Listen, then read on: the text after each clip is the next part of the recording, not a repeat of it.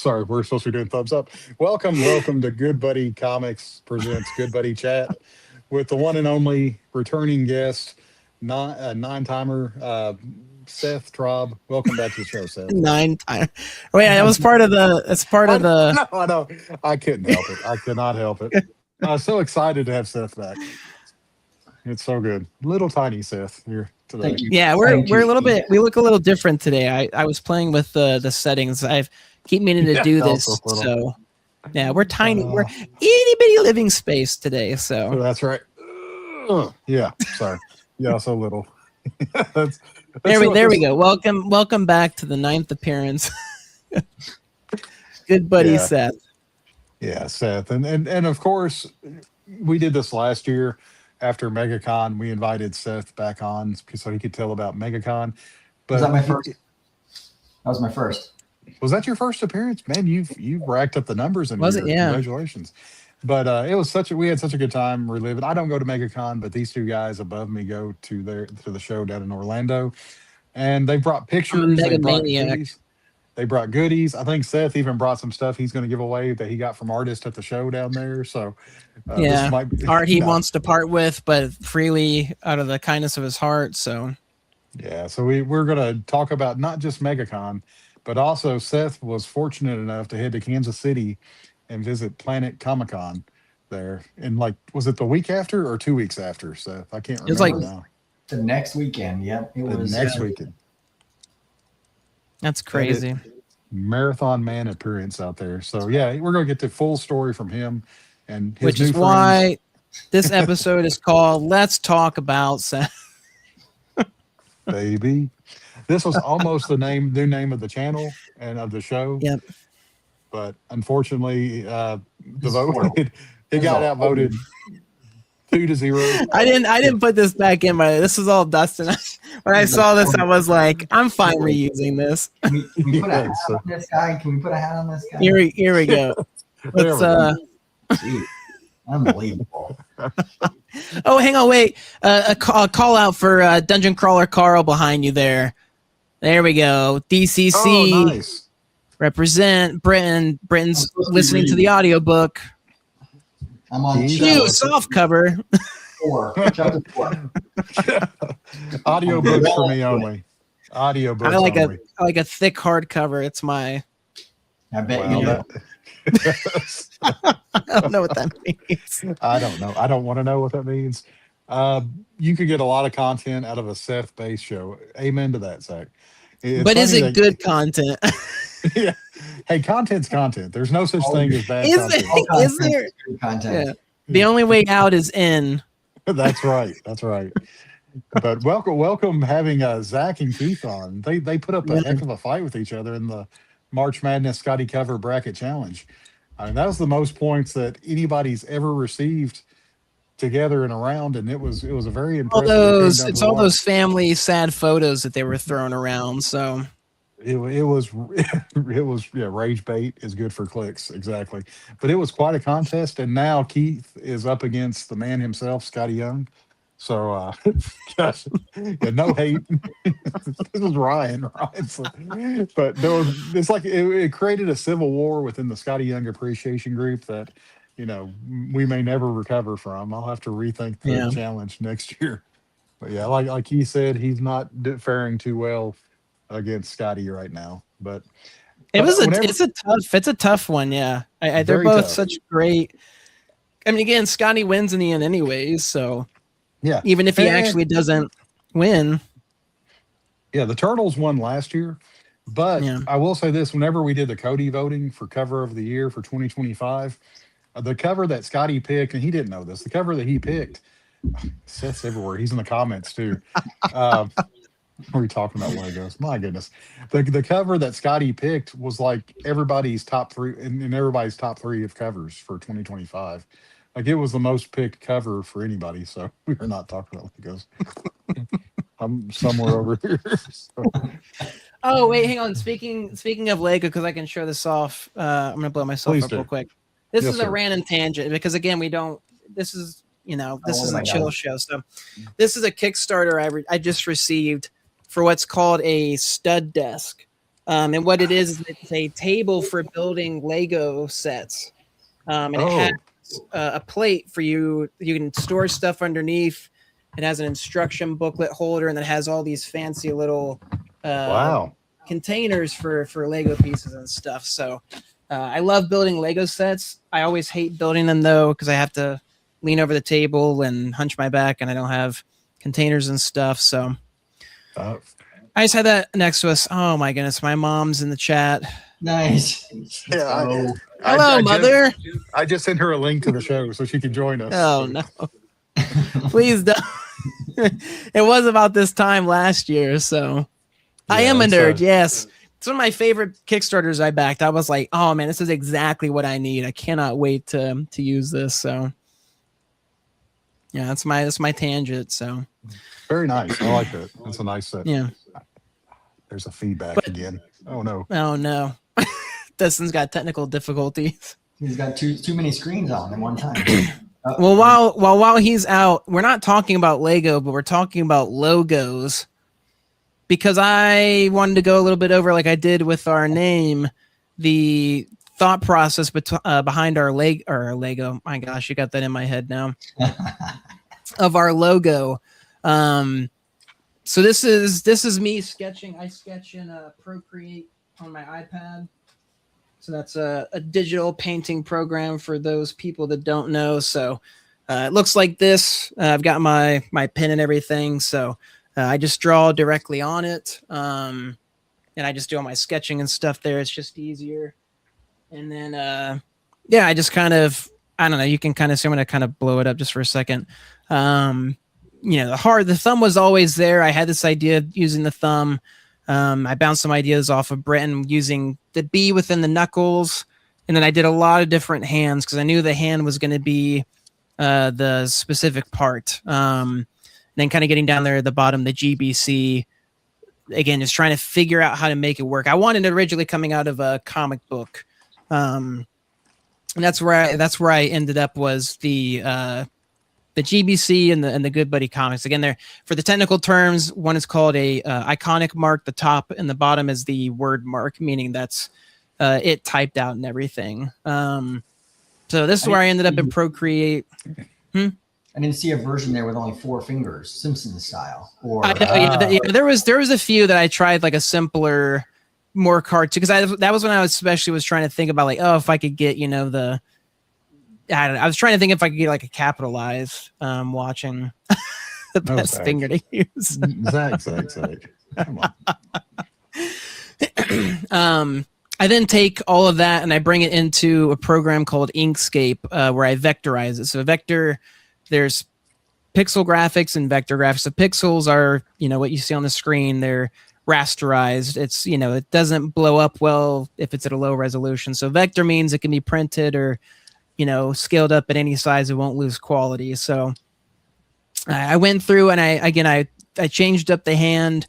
I really wanted this explosion coming off the comic and stuff, but I just couldn't get it to work. So I built the explosion into the B in the hand and changed the hand up a little bit. And I finalized the fingers because there was only 3 fingers. Technically the pinky was hidden. Britton called that out, which is a good call. And then on the right there is what it looks like. Again, just my thought process. You can see I was doing black and white and then some colors and stuff. I didn't really try out too many other color schemes just because I wanted to stick with what we had on our show, the color scheme I originally came up with. So I kind of stuck with it for the most part. I wasn't really going to kind of explore. I think they had like a lot of options to choose from the different colors. And then, the thumb causes the explosion. On the left is we keep it classy on here. We do. Yeah, exactly. Thanks, Mom. Awesome job on the logo. Yeah, I appreciate it. He did a great job. So this is everything that's exported. So normally what you do is you have a color version, and then you have a monotone white version and a monotone black version. And that's if this gets, again, if you need it for printing or embroidery or something, or whatever you need, clean, basic, So I remove the halftone stuff from the center, all that stuff. And then On the right is all the different files for each thing. So like the word mark, that's all the files. Again, there's PNG, JPEG, SVG, Illustrator files, PDFs. I found out that Illustrator supposedly, because I didn't really look too much into this, and this is like a technical, this is me getting all artsy, but technically it's just a PDF file with its own special container, which I didn't realize because again, that's just vector, graphics and stuff or whatever. So yeah, that was my process for getting through the GBC stuff. And again, that took a little bit because again, I just wanted it to be perfect. And then because we have our good buddy on here who's certified there at the top right that you can see, we needed an updated version of that because again, that was something I just quickly threw together, and that was just something simple. So I did the same thing with this. So I knew I wanted to utilize the B. And I had this idea of like maybe GB in the heart, but then I was like, man, if I could get the thumb to fit perfectly into the heart, that would be cool. Again, that B is what I want to become the icon of the show. When you see the thumbs up, that's what you think about as our show. So I did the same thing, took it into Procreate and sketched up a few different versions. Took that middle left one that I liked the most, brought that into Inkscape and then did the same thing. And I was going to go with our color scheme for this as well, but I liked the white and red that we had. And I liked that somebody said it looks like a medical symbol or something, like a hospital sticker or something, which I thought was kind of funny. So stuck with that, but gave it the same treatment of the 3D looking heart and the B inside of it. So, and then used our font that we're using for the logo as well. So, yeah, so fun stuff. It's all pretty much finalized, so I don't think there's really anything left to do show-wise. That was like the last thing I needed to do graphics-wise. So now the hope is we can maybe do stickers and all that stuff, and they'll be high quality and look good. So we'll be able to give them the right files. So, but yeah, thought I'd take everybody through that. So, well, thank you. I want to be the first to compliment you. There's an awful feedback. This is not good. Sorry. Yeah, me coughing too doesn't help. No. There's.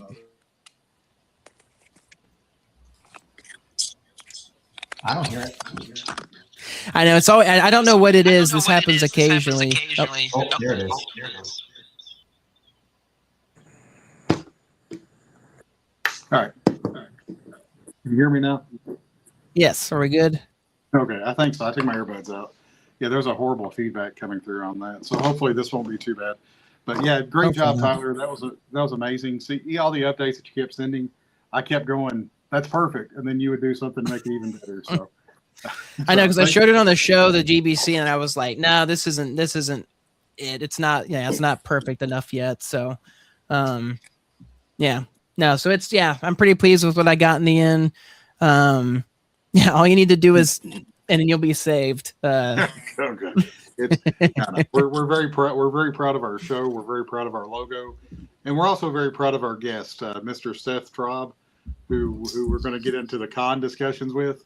Yeah, but not yet. Let's talk some more about Tyler's logos. I am. Let's talk about your art. I'll talk about them. Yeah, it's fun to it's fun to be on the. Maybe, I'll be a guest of our own show. Just kidding.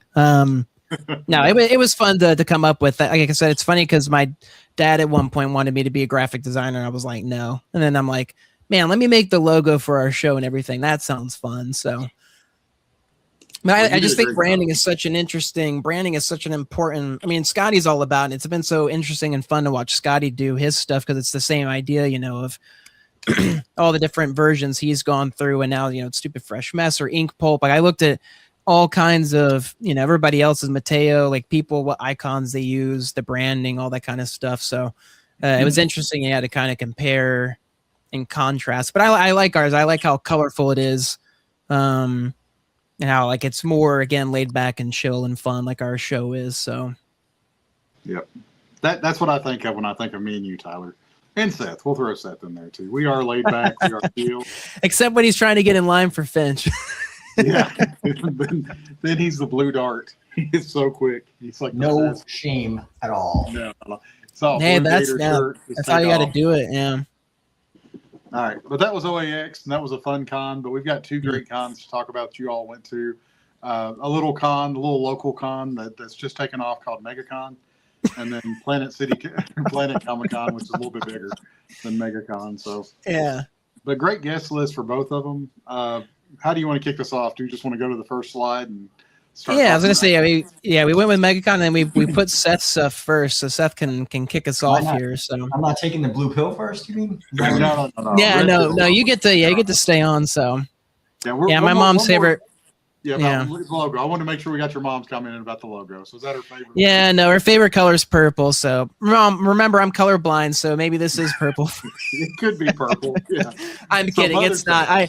Color stuff I like triple, quadruple checks. I'm like, I know this is probably, that's why I have to like have a palette, because I'm like, I'm not gonna mess up the colors. I can't do that stuff on the fly. Mother's Day's coming up, so we may have to have a special logo. Yeah, maybe that's why she's on. Yeah, she's like buttering me up. So absolutely. All right, so lob the ball over to you now for you to spike it. Look at these pictures. Look at these great photos. Look at this guy. Much better photos. Look at that bean. We got our buddy, our certified good buddy here on the right, Brett Bean, who I was able to on the first day, beeline it to his line, which was smart, to get third or fourth in line. I don't remember where I was, although I had a friend in line who let me stand with him. Not sure I would have made it otherwise, but ended up getting him on the first day on Thursday, right? So that's the afternoon session on the first day. Was able to get in his sketch list, and this is the largest he was doing at this con, because I don't think he really knew how much time he was going to have, so he wasn't doing full bodies. He was doing just busts, and then he offered the color option. So I got myself a dork sketch, which was number one on my list. Was this the first day? Did you get the dork sketch the first day, or is it the second day that you got a spot in there? I couldn't remember. No, that was first day. That was the first thing I wanted to do. Day one, yeah. I wasn't sure how early I was going to be able to get in every other day. Okay, I knew he was taking a limited amount, and I couldn't remember if you hit the cap or not. But like you said, this was his first con that he did since Dork launched, so this was kind of his test of what he could do. Yeah, and certainly that first day he took 3. Okay. I think he said before the con he was going to take 5. But that first day he took 3, I think because he had something to do that night that I think we'll talk about. Yes. So he only took 3, and I was number 3 on the list, or number 2. The guy I was standing with was was 2 or 3 also. And so I asked for a dork, and that's what I got. That's what I got. You asked for a dork from the dork. Yep. For the dork. Very nice. Yep. And then the Fairyland he's holding, I had actually bought that from him late last year, just off his Instagram stories. So he had agreed that I could bring it to him at MEGACON, so that he could authenticate it for me for CGC. Okay, that makes sense. Yeah. Be careful. We don't want CGC watching this one. Is this a good time? I actually got back my CGC submittal with those 2 sketches in it. Hey. We want to do a live. Blow them up. This is what, are you not entertained? This is what they came for, Seth. Come on, let's see the good stuff. Live from Seth's studio. Take it slow, Seth. Take it slow. I need a drum roll. Here, I'll get the applause ready. I've heard that before. I'm bringing Sethy back. Here we go. Here's number 1. What are we going to do here? Here's the sketch. Beautiful. Yeah. Wonderful. Beautiful. Not surprised. 9.8. Beautiful. 9.8 from Mega on the bottom. I didn't remember that. So that's where we are. I didn't get a shield on here. Maybe I should have been a little more specific to ask for shield. Maybe next time I'll come back and get a chicken on the back or something. Yeah. Break it open there. That's nice to see. That'll go on the wall. And then here's number 2, which is also very pretty. But we got a little bit going here. Yeah, let's see this. Let's see this because back, yeah. And again, not a surprise for me because I have no patience and I looked these up beforehand. But the back has a little bit of ink stain from wherever he was working on. The humanity. That's awful. So that's the quote unquote soiled spot. Right, soiled spot where they busted me for that. So we might have to bust this open and have him draw on the back next time we see him. Or that could be the giveaway for tonight if you want to. Nasty Here, wait, hang on. Show the front again, because the front. I love again that he he put the axe in front of the logo. I love when they play with that kind of stuff. So and this is that's a great one. Yeah. I missed the cutoff emailing him before MegaCon, before he got super busy. I had asked him to do something like this for Dork also, something a little bigger with gotcha stuff, but he obviously did not have time to do that beforehand once he got super busy. And then when I asked him at MegaCon, he was more like, you'll get what you get.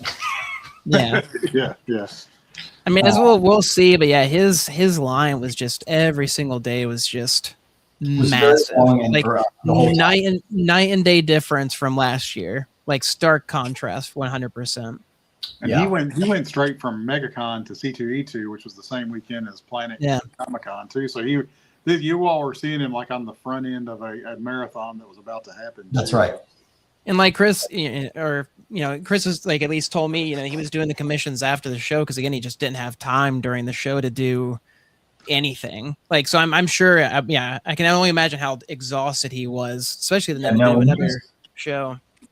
Yeah, you saw when he was at his table, he was either signing autographs or doing remarks, and it was constant. I didn't see any time that he was there where there was a line. There was a little bit toward the end. I think it's like he realized he needed some time where he wasn't doing signings, but he would at least be at his table. And I think that way he could still talk with, fans and get that interaction without having to worry about signing. I think it was still like if you bought something, I think he'd signed it. But like, again, it wasn't like you bring a stack and, get it signed kind of a deal. But yeah, no, he was super busy. So well, for anybody that watched his live today on Instagram for Dork Day for issue 3, wasn't that an amazing story that he told about going to the zoo, a con in a zoo, and he didn't sell a single thing. Yeah. So to go from that to what he had experienced these 2 weekends is incredible. Even last year, right? Last year at MegaCon 2025, that same the banner we see in the background that was there.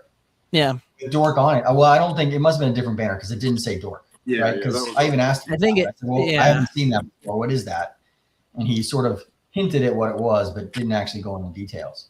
Yeah. I probably have pictures with that because I picked something up from him then too. I was saying, I've got a picture. I should have put that from his booth last year. Yeah. You all made repeat visits to his booth last year. I remember you all talking with him and seeing him several times, and which was not. Well, it's funny because like Ryan Ollie would walk up to him, or like Derek Hunter, who was next to him, I chatted with last year, who was also super nice, worked on DuckTales, again, to sign my DuckTales book. It was great to see. I mean, we knew as soon as Dork blew up, just how big this was going to be. But and then those Me You Love in the Dark, I still need to get those covers. They're such great covers. Yeah, so this is Lipway Chang. Okay. You can see his artwork there on the table. He is, I think he's in Singapore or he's Filipino. I forget where, but he's from definitely overseas. And that him smiling like that was him all weekend. I mean, he was a kid in a candy store. He was an artist, but I've heard a couple stories, and for me too, he was supposed to do some drawing and he just never got to it because he was walking around talking with other artists and just having a great time the whole weekend. That's funny. It was pretty awesome. And when I brought him these covers, here we go. These I got because it's Scotty, but it's also because this is Lipway's first cover art, first published cover art. Oh, really? Oh, that's so cool. I didn't know that. When I handed it to him, he was super excited to see it. He just said he doesn't even have copies of them. Really? I told him I was going to bring them to Planet to get double signed, which I did. Cool. I was going to get them graded, which is why they're in those yellow CGT things. But then I realized they're not exactly great copies. So, but he signed them here, and then we got Scotty. A little bit soiled. Yeah. Soiled comic. It's virgin cover. They're just, I just really love, those are some of my favorites. And I'd honestly have forgotten because there's a handful of the Me You Love in the Dark ones I want to go back and get. And those were always one of them. I just love those covers. That's really cool. I didn't realize that those were his first. Yeah. You didn't give those to him. Yeah. It was my only copies. So I told Megan to send him something, but who knows? There you go.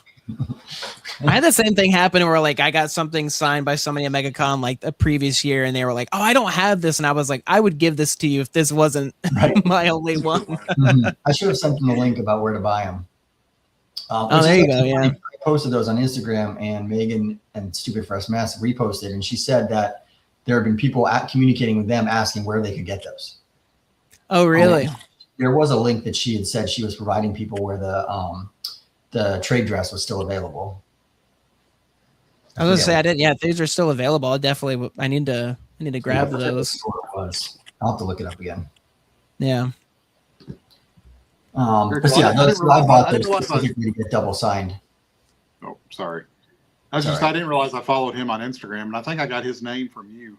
And well, actually, it's a funny thing. The reason I know him is because his was the first art I ever bought on Raremark. In fact, I have it here. It's this. I have it in this fancy case, which I need to take it out of. But it's this Harley Quinn sketch cover where he did 3 different Harley Quinns. Oh, that's really cool. This is the first thing I ever bought on Raremark. I was shocked that I won. And scared. It's hard to win on there. There's some competitive bidding. Yeah. Well, it was right when it was Nerdcrawler and it was new and no one bid against me. So it was actually that's way to win. Yeah. And scared that I won because I was like, oh God, how much did I just spend on that? Yeah. That is a completely fair, immediate feeling of winning an auction. Yeah. And so I got to get those Me You Love in the Darks. I got to find Jorge, get him to sign them as well. I've got to get to convention with him. Anyone want to drive to Savannah for a free comic book day? That's where he is. Is that where he'll be? Yeah, but if me or Tyler show up, he's going to leave automatically. He's not going to stick around. Probably. You're That's right. fair. Yeah, he hates us. Yeah. Yeah, the good buddy. I know he's rejected you a bunch of times. It's all right. Yeah, we don't handle rejection too well. We just keep going. We're persistent if nothing else. So. I had to ask my wife on a date 3 times before she said yes, so I don't give up. I was gonna say the only stuff I ever have signed is like the stuff that he'll do, like the Author Immortal, like it's like him and Morgan and stuff like through the comic shop. Like that's the only the only time I've ever gotten to get a signed something from him. So I forgot I need to buy that. You had sent me the link for that Author Immortal. Yeah, that was that one that like Third Eye. That was like the one they forgot, and I messaged. And I was like, hey, I didn't receive those, and those came out like 5 months ago, and they were like, oh, we have them. They just never got shipped out. I was like, that's no problem. That's no problem. So we've got Scott Snyder here on the left. Did you get him to sign anything, or was this just a meet and greet for him? Yeah, I had him sign my thigh, my right thigh. Are you gonna get it tattooed? For tattoo, obviously. Okay. Yeah. So that was nice. Is it because you wanted? Did you have him sign as Scott Snyder? I had him write Scott Snyder, not the Man of Steel guy.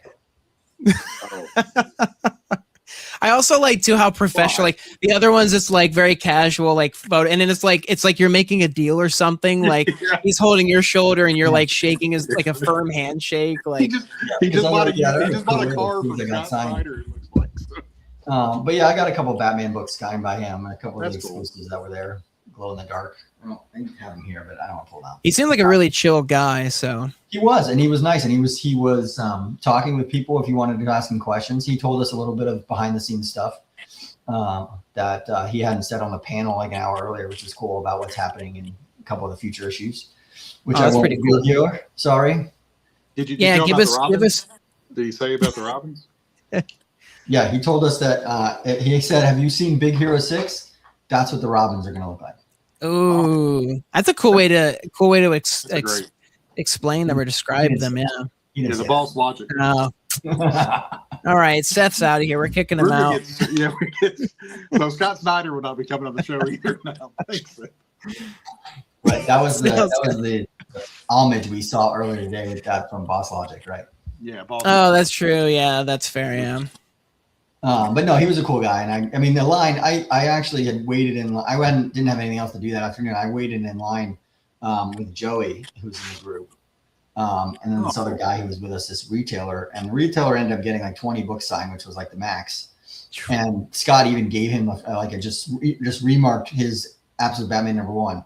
He's just like, is this okay? And the guy's like, yeah. That's wild. I had a friend who had the same thing happen to where he was like, he let somebody take his place in line or something for Scott. And like, he was still behind him or something. And like, Scott did a little quick Batman on his, like a remark on his thing. And my friend was like, hey, that's cool. Like, can I get that? And then like Scott did it for him too. And I'm just like, man, that's wild. Like, that'd be super fun to get something like that. Yeah, afterward, I thought of so many things I should have asked, like on the joke cover, which he would have done. Yeah.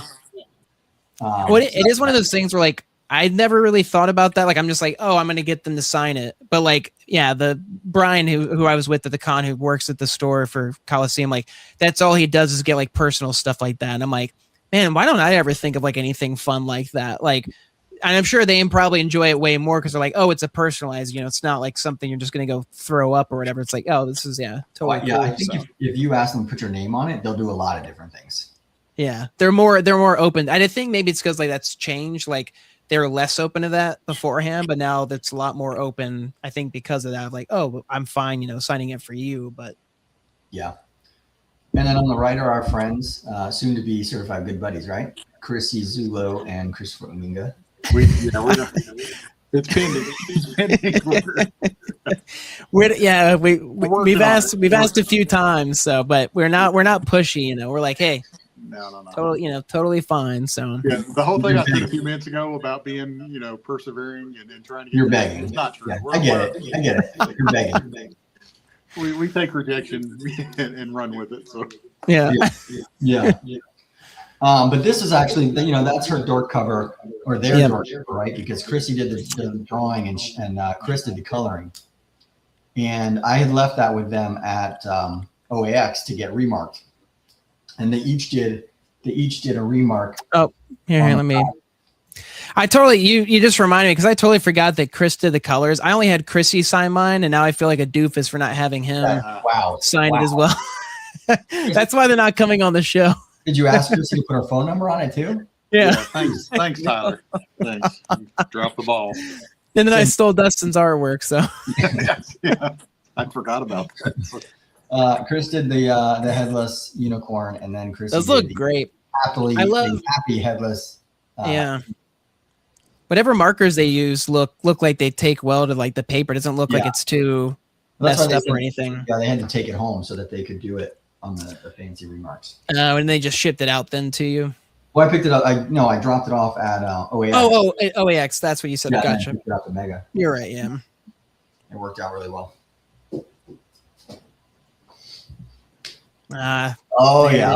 Sketch. I remember this one. I think I have this here. He's prepared, yeah. I don't know where it is. Not there. I don't know. I have to try on this side. Here we go. This is my favorite sketch, clearly. So this right here is a page in a comic shop magazine put out by Chip Zdarsky. I don't know if we can show this. This is a little mature for the show, I think. How'd you get a picture of Dustin? Stegman's Held magazine. It's a little joke magazine about Stegman's work and by Chip Zdarsky. And I think he puts this, it's called Zdarsky Comic News, out every month or so. But on this back page, which I had found at a comic shop, is this free sketch page. It says you eternally can have a free sketch as long as it is for 30 seconds or less. And it's a Sharpie only. And it's one per person. And I brought it to him, and he was like, wow, someone's actually doing this. Yeah. Pretty wild. He didn't get a lot. What's going on, Skeff? Skeff was there at we should have gotten a picture with Skeff at MegaCon we could talk about. He refused. He refused to take any pictures. He's a smart guy. He's a smart man. Yeah. I wouldn't want to be seen with us either. Yeah. Solely his good name. Yeah. Absolutely refused. Yeah, we won't let us. But Ryan Stegman literally did that in 20 seconds, and he said, "What am I supposed to do with the rest of these 10 seconds?" And he was next to, you see in the background there, Jason Aaron. And Jason Aaron was like, what is that? You're giving out free sketches?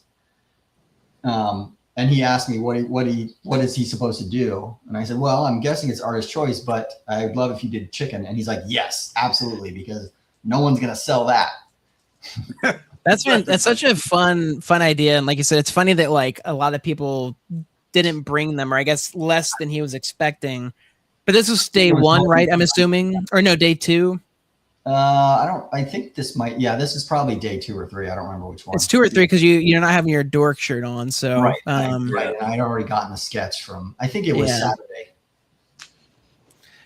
Yeah, if I'd known about it, I would have got. I didn't even know about the mag. I don't know if that's something they carry even at my store or anything. Well, I bought a few since then, so if you need one, I'll charge you only a little bit for the free mention. Oh, okay, I see how it is. Yeah, like Skeff, he charges for his photos, so you're charging. Exactly. Stegman's I still owe you the 12 for the dork you gave. Damn it, you do. Well. Shouldn't have brought it up. Should have just left it alone. I totally forgot. Good buddy discount. You get. Ooh, I like that. The good buddy discount. It's not a C, but it's double also known as extortion. We're not good buddy. Oh, what's a C word for discount? I don't know. I gotta think about it. Yeah. You would know. You're a money guy. Yeah. Good buddy cash flow. All right. Good buddy cash flow. So this is just a sea of people here. This starts my photo section. Cheap, yeah. My favorite. I just like getting a photo of the sea of people. This was on I think this was Friday, because again they start Thursday. It's a 4-day con. I know, yeah, people because I didn't even realize it. So yeah, I had a friend comment that too when I shared it at work, that photo. Left shark. But yeah, so I love getting a picture of the sea of people. And then this is from the top leaving the convention. So this is just Artist Alley. That must be the end of the day. Yeah, this was toward the end of the day when we were leaving. So not nearly as filled. Though Artist Alley was thankfully never as bad as the other side. Yeah, you can join the show, Seth. If we send the... Yeah, I'll do that. Keep talking. I'll send you. And I love taking photos of the cosplay. So we've got some Lord of the Rings. Oh my goodness, I was going to say a Skeff. Oh my gosh, it's completely a Skeksis, man. That completely threw me off. Good buddy coupon. Thank you, Keith. Good buddy coupon. I like that. A Master Chief and then a Homelander. Those are like the only ones that I took. The Master Chief was really cool. The Skeksis was really cool. I mean, they were all great. Homelander was just fun. I too, like Seth, also went to Brett's booth on day one, but I went much later. The photo on the right I thought was super funny. Brett shared that on his story, and somebody who was behind me in line took a photo of the line, and you can see me circled there. But it was capped on day one. So I dropped off my commissions that I got colored by him, or was going to have colored by him, but I wasn't able to wait in line. So this was day 2 of me waiting in line. I saw him sketching for somebody, so I took a picture there. His line, was always packed and busy. Skeff saw us in line there, super packed. I forgot to get a picture from Seth, because Seth took a picture of the night of the auction, or not auction, the auction, but the painting auction they did at Dave & Buster's, where artists painted as a live auction, and Brett did an amazing chicken piece. And I just happened to be there when the guy who won it brought it to Brett to get signed again. So that was fun to see in person. That seemed like a really cool painting and piece. And you can see his booth. There's, he's got his art books there, the stickers, his art, and then his comics off to the side there. I took I just took a picture of the Buy Original Art, because I like that. Start your collection today and be better than your friends, which I thought was a fantastic sticker. And then this Ramona I took for Dustin, just because I know he loves Scott Pilgrim just as much as I do. And then I meant to have a photo. I don't have a photo, but I've got my book, so I was going to blow myself up, and I can just quickly show off the prints that I got as well as the art. I'm going to start with the prints, though. So I wanted a dork one, of course. So I actually messed up. I'm trying to see. I'm gonna be like my mom. My mom's gonna be like, hold it up. So I'd asked originally for this one, this dork one on the right here. I didn't realize until afterwards she accidentally gave me this one, and I think it was Rose was the person helping him. I could be wrong. And she was super kind. They were kind enough to let me, but I paid for it. I was like, I'm going to pay for it. It's all right. So I got these 2 dork prints, which I was going to give this one to Dustin. This one to Dustin whenever I get his art sent out. Just because Dustin wasn't able to be there, so that's why I'd give it to him. And then I got this, of course, amazing Dungeon Crawler Carl. This was my favorite. When Brett started sketching this, I was like, that is amazing. And I didn't know he was going to have it as a print. And I absolutely flipped out. And then this Battle Beast on your right here. That's by the artist that I'll show coming up who did one of the dork variants. Or of course, I'm blanking on his name. Fantastic print. I absolutely loved like the paper on it and the quality, and like it's the drawing that he got with it was so good. And then a last little call out for Chrissy there with Harry Potter print that she's had before. I just never picked up, and I was like, you know what, I need to pick up that print and get that. Yeah, that's very cute. I like that one. But for the art, so like Seth, I had bought a warm-up page from Brett a little while back before the show, and he held on to it for me. And I was super pleased to see that Dork was on it. I could not believe that, like, he, you know, whether that was when he grabbed himself or just when he did a warm-up, I don't necessarily know, but this was super cool to get. I need to make my post thanking him too, because he was so busy that week. I tried to bother him as little as possible, but I love the crap bubble at the top too. But these are so fun. He offers these, and it's such a great way to get, you know, a piece of his artwork, but was definitely not expecting to get a Dork in there. I love the pops of color too. And speaking of color, these are the 2 commissions I ended up getting colored. These are previous 2024, 2025 commissions for Darksiders, for Death and War. This is one of my favorite video games. Absolutely love these pieces, but I didn't have them colored at the time, and I knew I was going to finish off the 4 of the 4 horsemen, so I thought I'd bring them and get them colored. And he did such an amazing job with these. And I can show here a little bit too. War, the uncolored version, actually got put into his art book, which I thought was really cool. And then these were the 2 pre-show commissions I thankfully got just in time for Fury and Strife, the 2 other horsemen. He did such an awesome job. I'm so glad I was able to finish off the 4 of them. I really wanted a Dork commission, but I ended up going with these. And like I said, I'm glad I did, because I probably wouldn't have had a complete set of the horsemen if I had not put in for these. But he does such a great job of like the stylization of the characters and stuff. And again, these are like odd ask or odd requests, because again, most people are not asking for that stuff. And then, sorry, last but not least, those are super great. I loved it. Yeah, he did those. A few other things I picked up from the store. He did a remark on his barbaric. I bought the remark from Barbaric with the axe there, which I thought was great. And I love the wrote murder in there as well, which was super fun. And then I picked up the Street Fighter. Yeah. Street Fighter. This one particular cover, again, I just loved the wolf. I just thought that wolf was incredible looking. I just think it's just such a cool cover.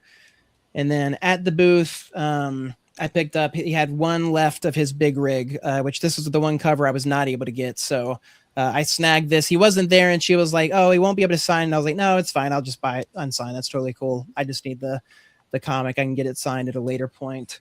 And then, like I said, his art book, Shooting Blanks. So if you hadn't gotten his new, I like that. I just realized there's the name tag on the back, which I thought was funny. With 2 stickers, Velociraptor and the Zap one. But he just signed it on the inside. And then, like I said, it's in here on this page was the Darksiders commission that I had him do. So again, that was when it was just the black and white. So Darkstalkers, thank you. I was like, I knew it wasn't Street Fighter. I don't know why I had Street Fighter in my head. But super cool to see that piece in there again. It's Darksiders is not something that a lot of people ask for, but it's one of my favorite game series. So I love to see it represented in any way, shape, or form. So yeah, Before you get small again, Tyler, what shirt you got on? I see. Is that a Big Mac shirt? Or? It's a Burger Mart from Invincible. Yeah. So now that Invincible's back, I've been repping all my Invincible gear again. So yeah, this Burger Mart shirt is like one of my favorites because it's like such a subtle but great play on the on Invincible. So very cool looking. Yep. Lots of fun stuff from Brett there. So yeah, we may have to go back to the old. Yeah. Yeah, there he is. There we go. There we go. We don't nobody puts skiff on the bottom. We gotta. Hey. So Dustin, did you? I go on the bottom. I'm allowed there. No. Not. I mean, according to the phenomenal Wit Dusty, I can go on the bottom. No. Hey, Dusty, yeah. Why is your name back to normal? Yeah. No. Yeah, I hide in the. That's absurd. The shadows. Shadows of darkness. So, what was Seth? What was that? I'm sorry, I missed you. Did you put any photos in there of the comic explosion painting? Oh, the photos, Tyler, that you showed of the chicken on that giant canvas. Oh yeah. No, so we didn't have. So that's basically what they do at these fan expo events. Is one night they have what's called Comic Explosion, and they have a bunch of artists come. There were 2 rounds the night I went, which there's no way I was staying up late for that, but because it started at like 8 or 9 o'clock p.m. And it's a long day already. Yeah, they had 6 or 7 artists painting just in a circle, and you could watch them paint. And as they're painting, they put each of those up for auction, and they give them I think they gave them either an hour or 2 hours to do. It's less than an hour. It's like 45 minutes to an hour, I think. Right. So they gave the first round about an hour, and they all painted. And Brett was there that first night in the first round, and that's what he painted. It was really cool just watching these guys. There was Joey Cabral was there. Todd Beats was there. Yeah. There was one other. Was Balam there? Was Balam there? Who? Balam. Balam. Yep. Balam was there that first round. And then there was one other guy you would know. I forget his name now, but he did a nice Battle Beast. Man, I probably should know. I got do you remember how much it sold for? Do you remember how much the chicken sold for? All I know is that I was outbid at $600. I think it was like over. I think it was over $1,000 if I remember. That's it was like because I remember. Yeah. Okay, because someone I guess remember that. Someone told me that it sold for more than Otley's. Because that's Otley's. So that's Otley's piece from Comic Explosion. Yeah, the Conquest. Yeah. The Conquest heart. With the heart, Crease Lee. The other guy that was there when I was there. Yeah. That's crazy. It sold more than Ryan's. Damn. Yeah, it sold more than Ryan's. It was awesome. Yeah. It was cool to see in person, yeah. Well, too, they get like basic paints that look like it's just a basic, it's not like anything crazy. So not that like they can't work with that, but it's just cool to to just like go in and grab whatever and then just make the pieces they do. So, and he wasn't even really using a paintbrush. He was using some other tools that were just really cool to get that paint, and it had a lot of depth to it, right? It wasn't just a flat picture. It's got a lot of texture. Yeah. I wish I had up close photo. I'm looking for it. If I find it, I'll send you an image. Oh, throw it up. Yeah, throw it up there. Yeah. So y'all keep going. I'll find it. Again, I feel terrible. I'm blanking. This is where I got this is the Dork variant artist that I was talking about with the Battle Beast print, and I'm blanking on his name, and I feel awful. But this is the original artwork for it. Cool. On the right, he had this on display. Both of them I think are like one's the prelim, one's the super nice guy. Talking to him. Unfortunately, it sounded like he might not be coming back next year because MegaCon had already been like, yeah, no, we're not gonna. Which it's like, I don't know, MegaCon just seems like it's kind of crazy with that kind of stuff. But hopefully he'll be back. I loved his. He has some other great prints like Darth Maul and stuff that were just super wily. So the Battle Beast one in person is just fantastic. So funny to see this. And then while I was looking at this, I spotted a kid dressed as Dork and had to go get a picture with them. And of course, they'd already met Brett. He had his his shield sign, he said, and everything. And there was his little brother who was in a stroller, like looks at me and goes, "I'm Dork," and I'm like, "That's amazing. I love that for you." So I'm sure Brett. Yeah. So what? An Alpha set? Yeah, I'm sure Brett got a kick out of these two. So that's so cute. That's awesome. super fun to see. So, and then. So I went to go wait for the panel for Brett and Derek's draw or sketch off, which it turned out was a panel with Chuck Dixon, who I'm not really familiar with, big with Nightwing and stuff. Sat through his panel. It was interesting conversation, an hour or so eating lunch. And then they started Brett's panel, which it wasn't. Unfortunately, Brett and them couldn't do it for whatever reason. So they brought in two other artists who were sketching. They did like 6 sketches in between them. Again, I'm blanking on their names. You remember the one, Seth, who you pointed out. So the one on the right, I guess the right of the photo, that's Travis Mercer. There we go. Yeah, Travis Mercer, and then I guess I got to get better with it. I was like, I think the guy on the left is one of ours too. I think it's I don't say Alfredo, but I could be way off. I don't think that's Alfredo Cardona. I think that's who you're thinking of. No, it's not. I don't think it's Alfredo. I mean, that's what I thought of originally, but I'm like, no, that's not him. Yeah. I do Travis Mercer. Fun stuff. Yeah. Kermit, Daredevil. I didn't win a sketch, but it was still fun. I was like, I'll sit here and watch these guys sketch. I sat and waited. So, this was just a random photo. I took this because of the cosplay there, the little duck. But what I loved was this random person who I noticed staring directly at me, like having taken the photo, and who just looked so distraught. He looks so tired. Tired. He's just so fat. He's like, really? Like, I just thought it was hilarious to like see somebody. Like, I always love when you take a photo and they're like, somebody's just staring right at it. So that sums up the end of MegaCon 100%. That should be on a shirt. Someone should put that on a shirt. I run into him next year and he's like, "Why do you have a picture of me?" This is the MegaCon day 4. MegaCon, here we go again. Wait, that's a picture of Seth after 4 days. There we go. No doubt. Except I don't have as much hair on my head. Well, you guys have the same beard. It's like the same thing. Oh my gosh. And then so this is a crappy photo of Billy Moynihan as we were waiting in line for Lena Headey, who my wife is a big fan of, not from Game of Thrones like everybody else who was there, but from the Sarah Connor Chronicles, which she loved her in that. Yeah. And so she brought her original DVD to get signed for that, which she was really excited about. But Billy walked up and just started chatting with her, and then walked by, and people were like, "Oh, it's Billy," and it's like, "Oh, that's fun." Get to see one of the Hobbits there.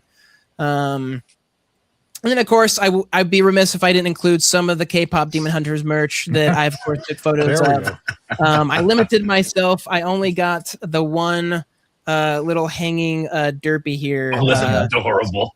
I love it because it's a play off of Baby Bo and U-Bird from Spirited Away. So where the little bird is trying to keep up the little mouse. Yeah, that's so cute. Yeah, it's a little keychain thing, so it like wiggles back and forth. So just like it's awesome. That's I know. I was like, oh my gosh, like I love Spirited Away. I love Baby Bo and U-Bird. They're like my favorites. So like, man, you did that with Derpy and Sussy. I was like, sold. Oh, so good. Which I ended up having a wonderful conversation. We've bought from them before. It's Gail from Teal Cup, I think is her company. She has super fun. Like she had one of our favorite stickers where it's just Kermit on, and he just looking to the side, and he just says "bruh," and like we just would keep it on our car, and like people would look at us and laugh. But we had so like an hour-long conversation, which was super fun. I've bought stuff from her before, but never really chatted. But yeah, tons of K-pop merch. But yeah, I limited myself. So, and that was my MegaCon. So, all right, Tyler, we needed to insert a Skeff slide for MegaCon. Let us. What was your MegaCon like?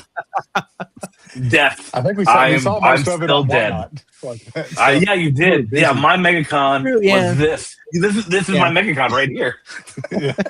Virtual Skeff, and then the lovely reprieve to see both of you dorks while I was at the show. That was my oasis. That was fun. Yeah, I was glad that you walked up because I was like, oh yeah, Skeff's here. I get to say hi to Skeff. So, and in Brett's line no less. So yeah, fitting. It was great. I only saw you interacting, as Otley's security guard. Sometimes I've done it occasionally. I don't like to yell at people, but I had to do it one time. It's not fun.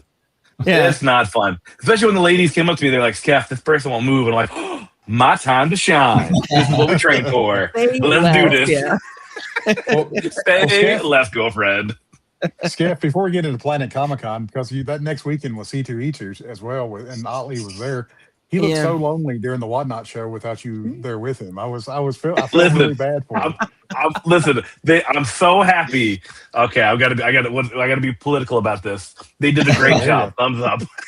They did. Oh no. I got to be very political on how I say this. I'm very proud of how they did. I'm glad I wasn't missed at all. Yeah, no one tell. No one tell. I'm like, did I pick it? Wait, also, I don't think I picked up. Oh, I got one thing from PlanetCon. I think. No, from MEGACON. I got one item from MEGACON. I was behaved. I did very good. All right, let's see what you got. I'm not prepared. That's okay. Well, too, because you got the Ryan Otley piece, so you got two things. The Ryan Otley piece. What's Ryan Otley piece? The auction, the heart, the conquest. Oh, that was from Denver from like last year. Oh, I thought that was from. Oh, okay, gotcha. I thought that was Ryan did one comic explosion and goes like, never again.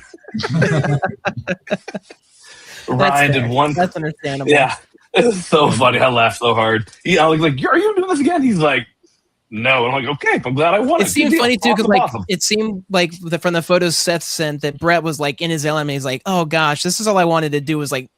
Just like not talk to somebody for like an hour and just listen, I love Brett Bean so much. As you know, he calls me the bearded cockroach because he loves me. That's right. It's a term of endearment. It's a term of endearment. But I had to woo-saw Brett Bean a couple times. I'm like, because it's a lot. Like from a creator's perspective, when you have something of this magnitude that has currently taken the world by storm across both factions of people who love to read comics and then retailers, where you've crushed it on both ends. I'm just like, both, he's gonna be busy and a little stressed. Yeah, funny enough, he ran into me. I was walking on the floor. Let me blow you up. I was walking on the floor. Okay. Oh, that's good. Oh, that's great. So it's a Balam. Yeah, so it was this was a gift. Balam, that terrible person. I told him to sell it. So he wanted to give it to me before his live show. Because I love Erica Slaughter and I love his work. And he's like, "You take it." I'm like, no, you sell it. If it doesn't sell, then maybe I'll take it. And he pulled me over, he gave it to me. But he was really kind. He gave me like this whole spiel about he's very thankful for how much I've I don't know. It's weird. I was just wondering. I don't like compliments. I don't do well with compliments. But he was just very grateful that I was like. I've always loved his work, and so I kind of helped him get on with CSA, and so he just been grateful for that. I'm just like, will you draw good? Skeff likes good drawings, so he gave it to me as a gift for just kind of thinking everything. I'm like, you shut up. But yeah, so this was my only pickup. I'm trying to think. I don't think I think I was behaved. I didn't buy anything else. So yeah, same. I couldn't spend as much, so I was like, I got my commissions, and that was pretty much it. Hey Tyler, I emailed you 3 pictures of the chicken. Oh, is that what you? I was just going to look at the. Here, I'll bring those up, but I was going to say, Brett, it was funny. I was walking the floor, and somebody starts pushing on me, and I was like, "What the heck is happening?" And it was Brett. Brett was walking back to his booth because we were walking to Artist Alley. I'm blanking on the name. He was like, "Oh, so and so wanted to meet me." It was like a pretty big and I'm like give me a second. Was it my tongue yet? It's so annoying. It wasn't the Biz, was it? A celebrity? No, comic an artist. Yeah, famous, big. It was Otley. It was Ryan Otley. He wanted to meet Ryan Otley. Otley wanted to meet him. No, it wasn't Otley. I think it was the Biz. Maybe in the Biz, or maybe I remember him talking about that too. You mean Bisley, Simon Bisley? Yeah. Sorry, I don't know. I was gonna say Jock, Yeah. but I think No, I didn't think it was. I didn't think it was Simon. Yeah, they've met Bisley. before. It was somebody. Tyler told me, and I cannot remember. I now I'm like blank. For some reason, Todd McFarlane was like, no, it wasn't Todd. Todd wasn't even there. I was like, He wasn't there. No. Yeah. I don't know why that's Was it in my Miller? head. Was it Frank Miller? Yes, that was it. Frank Miller. Frank Miller wanted to meet That's a big him. name. That's a big name. And so he was like, Miller? Yeah, he was like, Frank Miller wanted to meet me, so I had to go run over there real quick before he left. Oh, so good. And then he was running back to the booth, and I was like, "Are you eating? Are you drinking?" He's like, "Of course, a little. This is all like water and snacks I've had all day." And I was like, "Man, I can only imagine." Like I said, going by his booth, like how, and it's fun. That's and I even asked him, I was like, "Is it exciting?" He was like, "It is," but he's like, "Right now, I'm just overwhelmed." So he's like, "I'm not worried about that. I'm just." In the moment, it's like I'll be excited and let it overwhelm me after when I can, actually be in the moment. So cool. These photos unfortunately did not. It just says open photo. Nothing worked, unfortunately. The feet pics didn't come through. Right. Yeah, they didn't. Chicken Feet Wow. pics. Chicken feet pics. chicken feet. I hear they're a bit pointy. Yeah, this is nice. Do the chickens have large talons? Pull They them off do. my phone. Yeah, I got them from you, Seth. Yeah. It is a professional run show. Hey, This production yeah, quality we're is doing, Yeah, we're you're on doing the- the best. This is You're on the wrong whereas show for that. we're the opposite of when we have guests on. Even though we've got What- you and Seth on, so Yeah, What about the sponsors? Just pull me up. We're losing asked them quickly. Dustin when he was promoting everybody on the show with Bill Cox. So Yeah, There you go. There's Brett painting. Seth, that's the send me. quality we like. Seth, yeah, send me that. That's awful. What are we doing here? Here's a picture of Brett's butt. Let me draw Send a them picture again of it real on quick. Facebook and I'll grab them. My goodness. Oh, this is so good. This is peak Good Buddy Comics. I'm This sending you a is- blast, yeah, this right? is You can do a- whatever This you is want. as good as it gets. This It is as doesn't get good as it any gets. better than this. Yeah. No. You get what you pay for, folks. Come This on. is true, and you Yeah. paid nothing. That's right. That's right. You- You're paying you did for it in not a different true. way. I paid $12 apparently. In Yeah. trade. Did you really? No. He got a comic for Tyler, and there's some. Oh money yeah, for he a dork because I didn't get dork 2 second printing. doesn't it? Oh. second printing, and that was it. Yeah, or no, Oh, okay. dork 1 second printing regular cover. Oh, okay. The 12. I don't know. So yeah, you gave it to me. I was 12. So this is this. Oh no, not that. That's it's Don't scroll. Don't scroll. Don't scroll. Roll. no, We're it's gonna it's the other way. What are these Lord. feet pics up in that corner there? Now I'm curious Yeah, what these tabs seeing- are open. I'm seeing some shoes. We're going to go Shopping. from a PG to a hard R here in a second. With Why does it say safe search on? What is happening? Oh, there we go. The that's a good Magneto. one. That's Joey. Joey Lee. Yeah, I Joey like Lee crushing That it. was There's nice. My Todd bearded in the bro. back there. Did you get Todd's painting or okay? Yeah, the Spider. Oh, that good. was it. The Good job. Spider-Man he did. I really liked. Yeah. And I think Todd Yeah. was just there watching, and there was an extra easel, and he's just like, "Sure, I'll go paint." Oh, that's cool. Heck yeah. Yeah. That's awesome. Yeah, that came out great. I love that. It's another slogan for our stickers.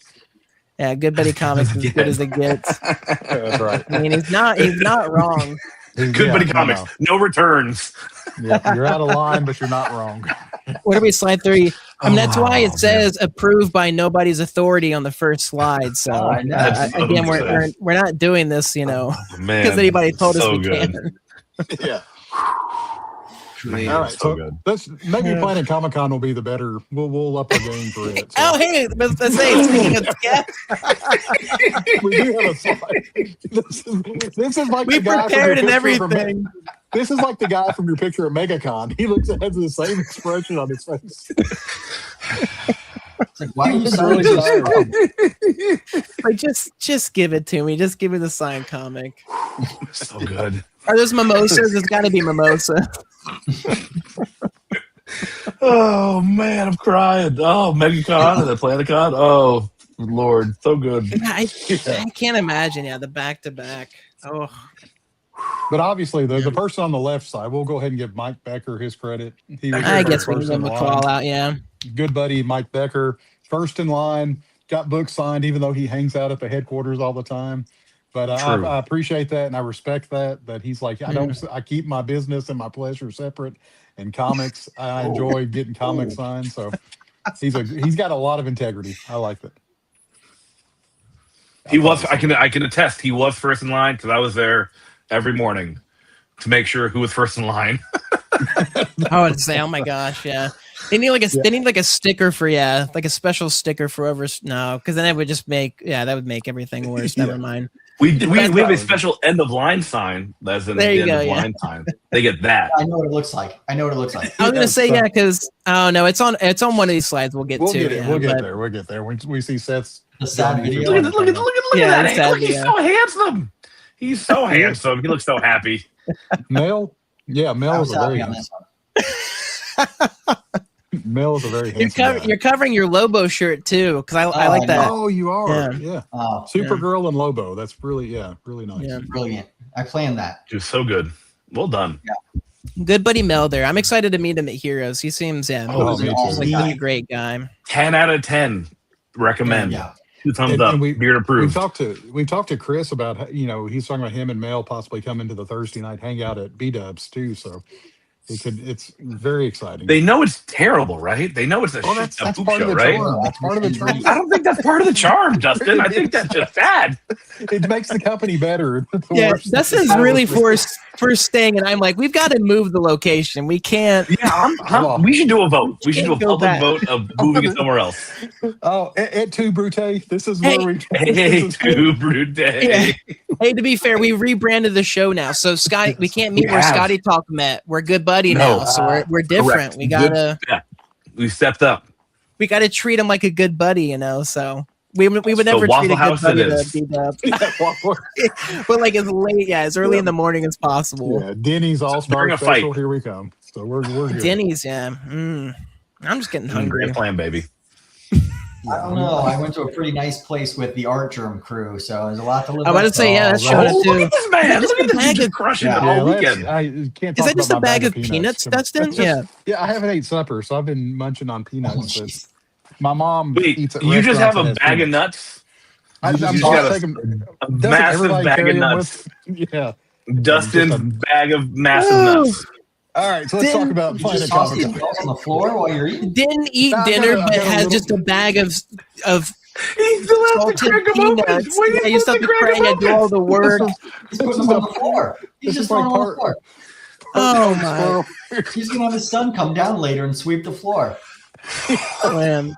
Don't put Britain's law there. Don't put it. He just pulled out a giant bag of nuts. Oh my gosh. Yeah, our sponsors are really dropping off left and right now. So good.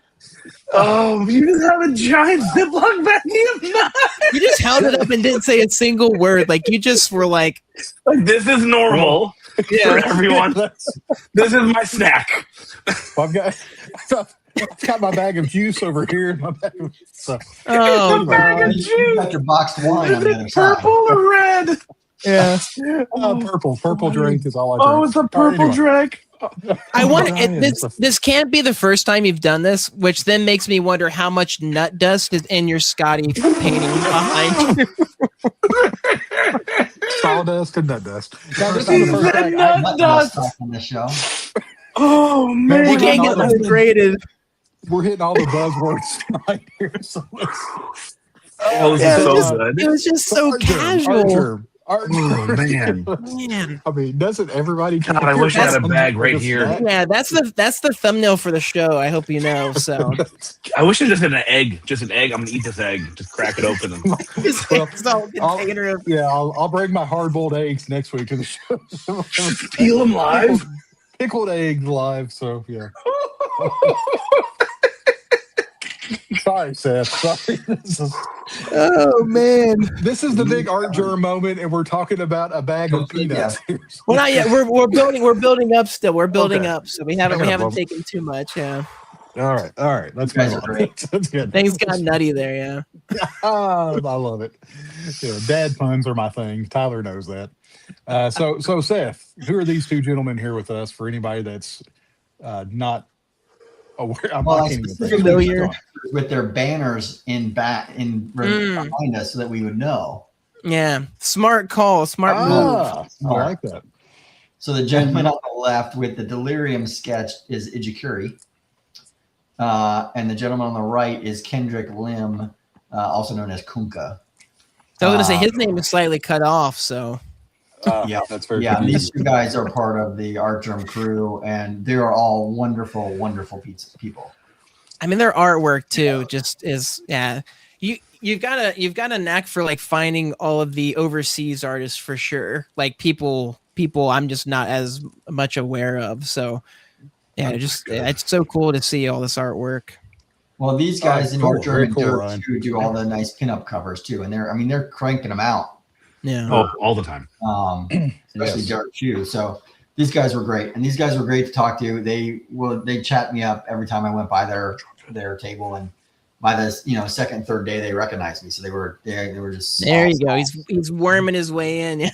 I love it. That's why you do it. That's why you do it. Repetition. We went over it really quick. How much was that Dawn McTeague that you got, the Supergirl? That was stunning. Oh, sorry. Oh. Sorry. Yeah, so that one so she does her mailing list a week before every con. So okay. So you have to get on the list ahead of time. Because I thought it was she doesn't do those at shows. Well, she draws them at the show, but you can't get on the list. Right.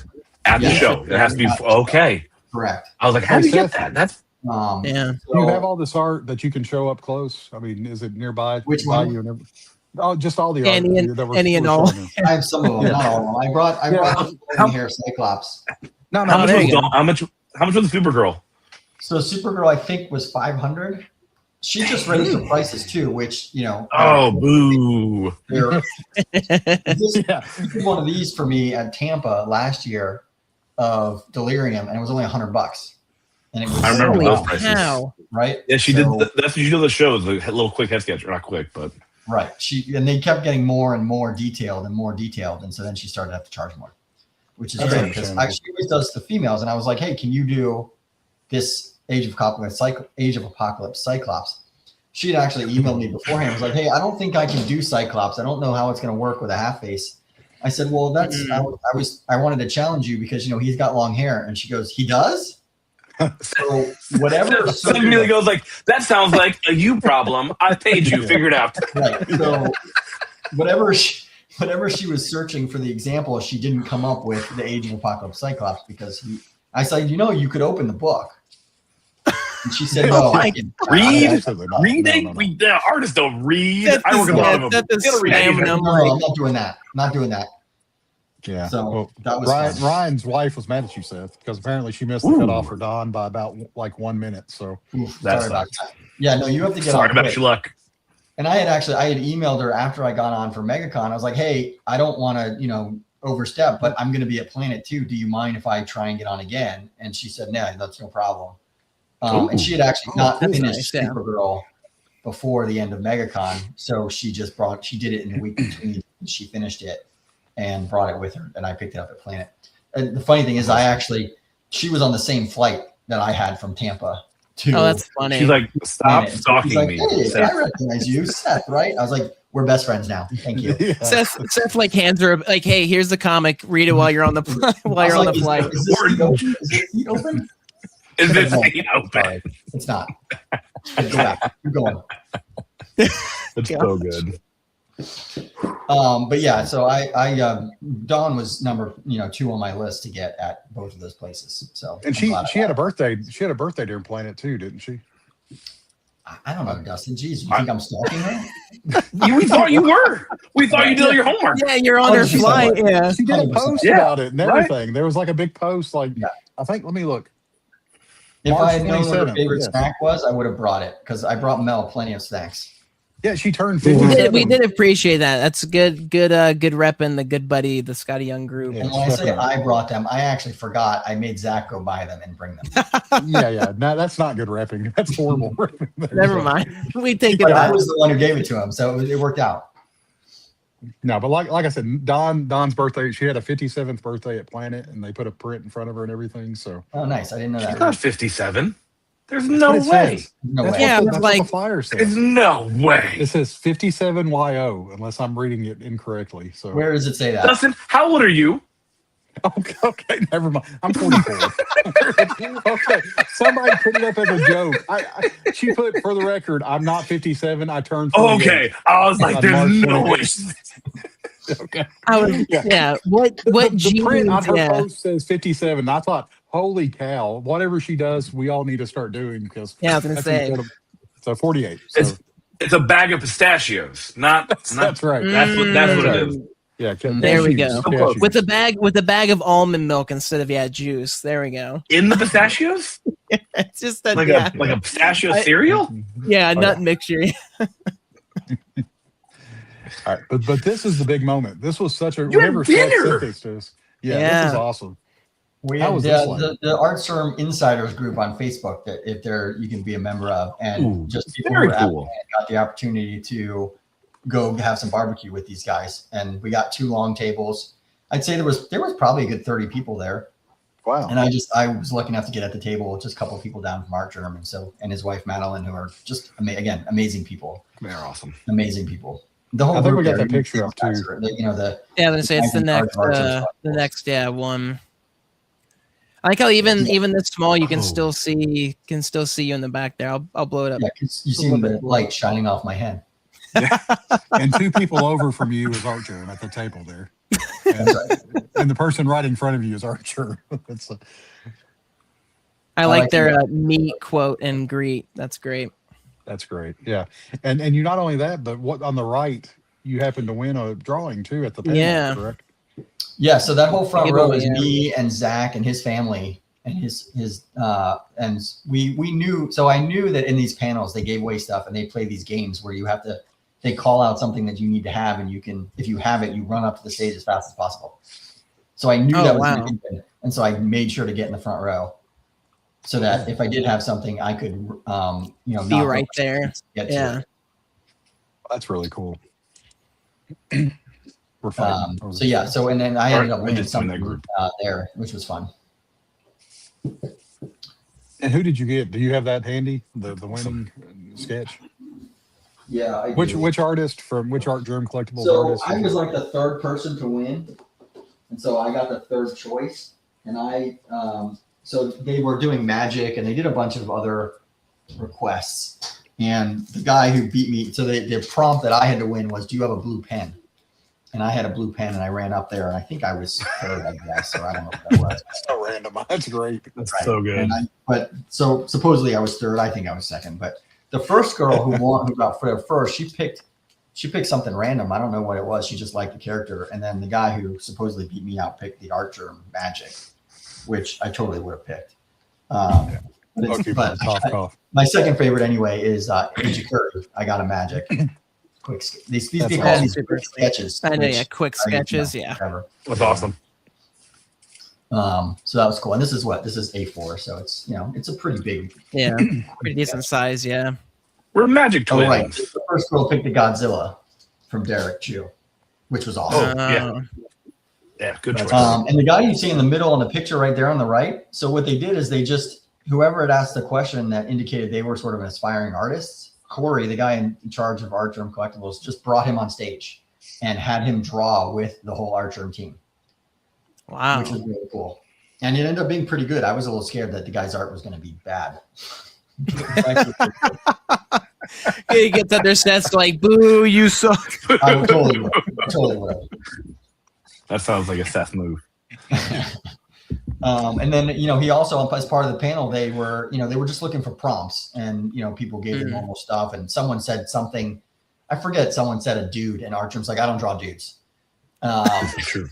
He doesn't draw dudes. So they reviewed that. Don't request a dude from Artserm. This is fact. Interesting. And then, but Zach's kids, they said something about Pokemon. What's your favorite Pokemon? And so the 4 of the guys drew Pokemon in one round. And those are the 2 girls the little girls you see in the front row. The bottom right there, yeah. Which is awesome. So cool. I'm glad. Even though Zach got beat this morning in the March Madness thing, he's a winner because all this wonderful art he got from Planet. So yeah, so it was a good battle. That's a great picture. Yeah, speaking of, So on the recommendation of Megan, we went to dinner on, I guess, Saturday night. at Char Bar, which was this really awesome, best barbecue I've ever had place right outside downtown. And so that you see behind me is Zach and his family, who are wonderful, wonderful, wonderful people. And you don't have to be nice. No.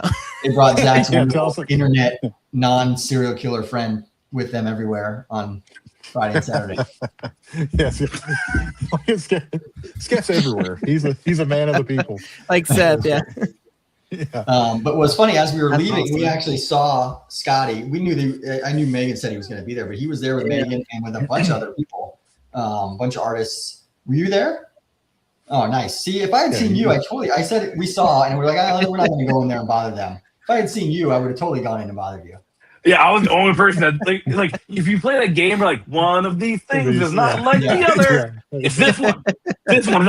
I'm sitting at a table with Jim Mafood, Adam Kubert, Chris Bacallo, and then I'm just like, I have nothing to add to this conversation at all. Just smiling at like, this is great. You just sit back and enjoy those moments. Yeah, those are the moments that you live for. Oh, it was funny though. Adam Kubert knew who I was. That took me off guard. Oh, nice. Wow, I was not on my bingo card. Wow. No. So we sat at the table and everyone's like introducing themselves. And obviously no one knows. Well, Jim kind of knows me. Chris introducing humans. And then Adam goes, "Are you Skeff?" And I was like, this is either going to be really good or really bad. I am. And why does Adam Kubert know who I am? Yeah. Why do you ask, good sir? Right? It was, what inquiry did you? I have no bag of nuts. I promise. I will behave. I do not bite. Pay attention to this comment right here. Yeah, everybody. Yeah. We have children watching the show, so let's be careful. But that's awesome though, Skeff. Seth told me about this place that he ate at, and he was saying just how amazing the food was. And he was very complimentary of Zach and his whole family and how great it was to get to hang out with them. And then he saw this crew of artists there, and he was polite. He didn't approach them. He let them exist in their natural environment. But yeah, I mean, if he'd have saw you there's no doubt that he would have hopped over, at least said, hey, Skeff, or waved at you, or messaged you. I would have like.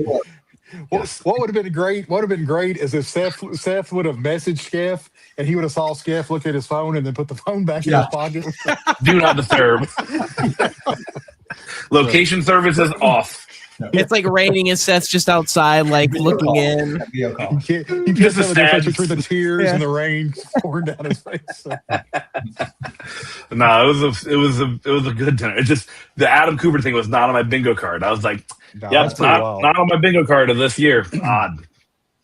That's cool. That's so cool. Yeah. So you're going to be doing a live show with Adam Kubert then in a couple weeks. Hey. I doubt it. No, I don't think so. I think that was just hey, thank you for knowing that I exist, Adam. Have a great show. Yeah, I'm good. Yeah, I got the leaf on. The leafy on. That's what it was. The leafy on was awesome. Machamp. It was a leafy on. Yeah, Machamp was one of my favorites. Love Machamp. Oh yeah, and Derek's Machamp was strong and square jaw. It looked really good. Yeah. It was fun. Ryan. Oh, dude, it is just as odd as you think it would be. Where you're like, these are all professionals. I am but a simple jester. What can I do to entertain these fools? Like, you just know your place of just like, oh, I'm just gonna be quiet. I'm over here them complaining about like art and things and like traveling. I'm like, I know nothing about any of this, but this is fun to talk about. They all turn to look at you. What about you, Skeff? I yell at Ryan Otley all the time. He drew me like one of his French girls. He did. It's a battle Skeff. They did thought that was hilarious, though. That was definitely a winning moment. That was. I mean, that's such a great. Yeah. You got some great. You had some amazing pickups. What's that? Bring paper and say, "Hey guys, why don't you guys try and draw me? I'm just gonna stand here." Okay. Nope. I like being invited to cool places, so I know what to do. By the way, listen. I don't know what happened, but I never asked Ryan to draw me. Just in case anyone thought I actually asked him to draw me, I did not. What happened was. Oh, okay, good. So like, what happened was he goes, "Skeff, do you want a remark?" I'm like, "Yeah, I'll just draw Mark, just some Mark." And then I come back because I paid for the remark. And I was like, he goes, here you go. And I was like, I can't sell this. What do you? I'm not paying this. I was just like, what am I supposed to do with this? He's like, put it on your wall. And I was like, I hate you. I can't. This is not what. And then they're like, Skeff, we're going to upcharge you to a head sketch. I'm like, you better not upcharge me to a head sketch. This was not requested. This was a gift. Tyler, I was so happy and mad. From Zach too. Yeah, here, hang on, let me. Those so good. Will you a special guest star? No, I tried. He's at the There's Olivion. Yeah, I saw that. That was phenomenal. Yeah, he's on vacation now, so he would have jumped on to show the sketches. But so good. There. Yeah, so he sent those pictures. So good. Thanks, Zach. Yeah, they were great. Zach does Yeah, great. I've got to get pieces from them at some point. I was tempted. I had to behave. Yeah, That's hard. Do you have It your is piece hard, from yeah. the show, Skeff? What's up? Do you have your piece from the show from Planet? Boom, got it. Okay, there we go. Oh, hang on, yeah. I would have been Look at that. very angry if I didn't win on Sunday. After seeing that. I got so angry. For the record. Yeah, That's such Look, a, yeah, I'll put it this way. that. Look, I had it next to my other ones. I got a power from Chainsaw Man. Very nice. And then I got I got Spider-Gwen. Ah, I remember. I that love one. the webs coming off the back. It's so clean. Yeah, that's awesome, Skeff. So I've got lucky once a year for the past couple of years, so it's been fun. Well, considering Seth like planned this trip around trying to get on that lottery every day, I was really worried about him getting it. So I was so glad he got it on Sunday. Yeah, Me too. Otherwise, he would have beat me up. Yeah, This is so cute. Zach, we still didn't win. You are famous. Zach said his daughter said they're famous, and they're a lot more famous than we are. Those pictures were adorable. Thank you for sending them. absolutely adorable. Yeah, good pieces. That's right. And then speaking of famous, Oh no. So good. I was like, Megan, we can't be letting customers and fans in the booth. What are we running here? What kind of show is this? We can't just let fans walk back here. I'm here for one job. And you're like, what, Yeah. Seth, this is a work area. It's a no zone. What you doing, buddy? Yeah, Come he on only back slapped here, my come hand on. away from the comic boxes twice. It was fine. It was Stop fine. and your video there, the last in line. I thought that was funny. Yeah, That was I a good thought reveal. Music was going to start playing, and the little sad adopt a kids, in the arms of an angel. Just Burns, yeah, great. Sarah McLachlan. Sarah McLachlan, yeah. Yeah, there we go. You look so happy end of the though. You look line. so happy to be back there. So It was literally. I was way back at the end of the line, and she comes. I see her coming in for taking this video, and she didn't even see me until she put the last person in line. I just waved. She's like, "What are you doing back here?" I was like, "You told me to wait in line." Yeah, get in line, peasant. What do you think you are told special? me- You got a you told Scotty me to Gaffney wait pass? here, yeah. You listen to Megan, Yeah. chief boss officer. That's right. And the great group photo, the only group photo they got together with you in as well. So And this was It's a Sunday. photo. Yeah. Yep. I purposely said, "Skeff, don't get in this photo." He did. I avoided the photo like a plague. I would have Did you ruined really? it. Yeah. I hope you did. That makes it a So better mean. story. Jeff, you don't count. You're a part timer. Leave. I was kind of Seth Yeah, is I such don't a have- bully. I don't have a pact by Skeff, so you don't count. This is true. I don't. That's true. I'm pretty sure that's Megan's hand on Scotty's shoulder, but I'm kind of hoping it's Skeff's hand. That's kind of Like just like yeah. In there. Wait, which hand would have been? It had to be that hand. I don't think it'd been possible. I had to go like this. I'm just behind it's- Scotty, just like this. Yeah, so we cropped it. We cropped it. That's right. Yeah, Ryan. Yeah. Ryan's got some pictures from Planet too, and he's trying to send those. So we'll get to them, and hopefully, Seth has his art from Planet nearby where he can. We're going to blow you up bigger so you can see. So we can see some of it. Also, I just want to say it was really cool to just see all the fans. Like, if you guys don't know, if you did not know, I worked the booth, I worked the line. It was really cool to see just the adoration the Scotty fans have for just the it's great. I go to a lot of conventions. I see a lot of lines. It's a lot of fun to see this group of humans for this line. I'm very impressed. Everyone's very nice, well behaved. Like it just really makes my job so easy. Yeah, I only have to be mean a couple times, and it's great. But yeah, if the Scotty fans are truly. Well, it's wild too with like how big his lines are and the amount of people that want to see him too. I imagine it's like it's to have it be that way is really cool to hear, because it's just a testament to, like Scotty talked about, about it. They give back to their fans. That's that communication and that relationship with the fans that they treat so special, and it means a lot to the fans. So I think they give that back. Like, hey, we're just you're giving us, so we're giving you, meet in the middle kind of a deal. So, it was awesome to see, man. And like just see the diehards like Seth. There's a couple others, Zach. Just seeing the people that came back every day, and I'm just like people that brought out some rare Scotty stuff too. And I'm like, dude, this is awesome. This is it was really cool to see. And you can see, the dedication, and like shout out to you three dorks for like putting this Facebook group together. That like, you know what I mean? It's just you guys do a phenomenal job. You guys do like no one does this. You guys do a phenomenal job. You keep the community going, engaged, excited. Like you do a great job. So I just want to give you guys your flowers, except for Seth. Thank you. How dare you? Listen, I only yelled one time, and that's because Scotty signed the back of my book. He signed the back of the book. What was he doing? He's in auto motion. He's like, sign. Whoa, Scotty, stop. Whoa, hold the phone. Brick City Bunch. And said, where am I supposed to sign this? And still signed it. He did. Which book was it, Seth? It was Animal Pound. Oh man, okay. So the back just said Animal Pound, and I imagine it's a scene from Talladega Nights where like he's just in signing mode and he signs her forehead. He's like, I'm so sorry. You know how I get in signing mode? Like that's just Scotty. Like he's just in it. Yeah, and then I said, well, can you sign the front? He said, yeah, if you pay me $10 again. This is true. Like you said, great. It is per signature, not per attempt. Yeah. I love that. That's good. Oh man, and I'm really hoping he made him pay $10 again. He did not make me pay a second time. I was going to. I was ready. I was prepared to take that $10. I don't think. Yeah, you didn't see until after it was done. Otherwise, you definitely would have made me pay. I was like, sir, that'll be $10. Chop. Let's go.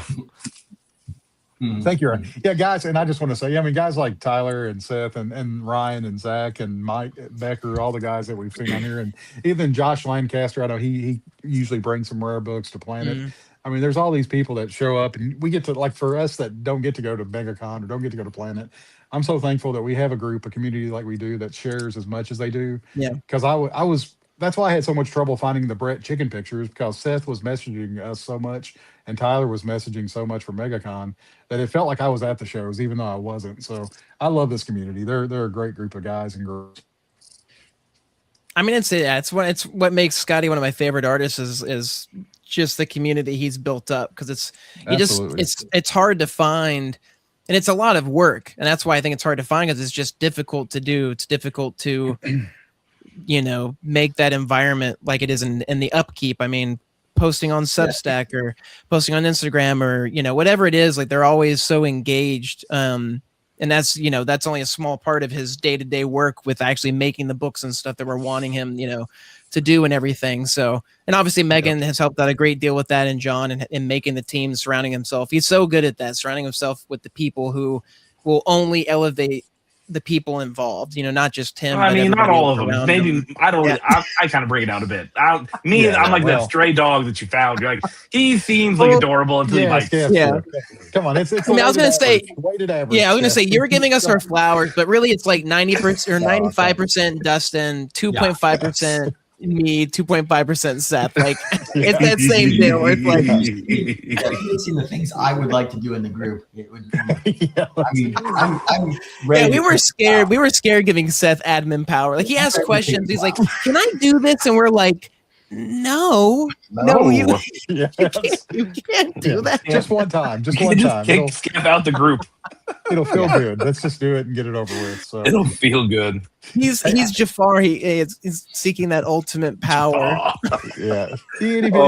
So good. All right, Tyler. I just sent you the email from Ryan that's got his pictures from the con. See if you get it. You can, hopefully those come through. Seth, did you enjoy MEGACon more or PlanetCon more? That's a good question. Planet was a little much more relaxing.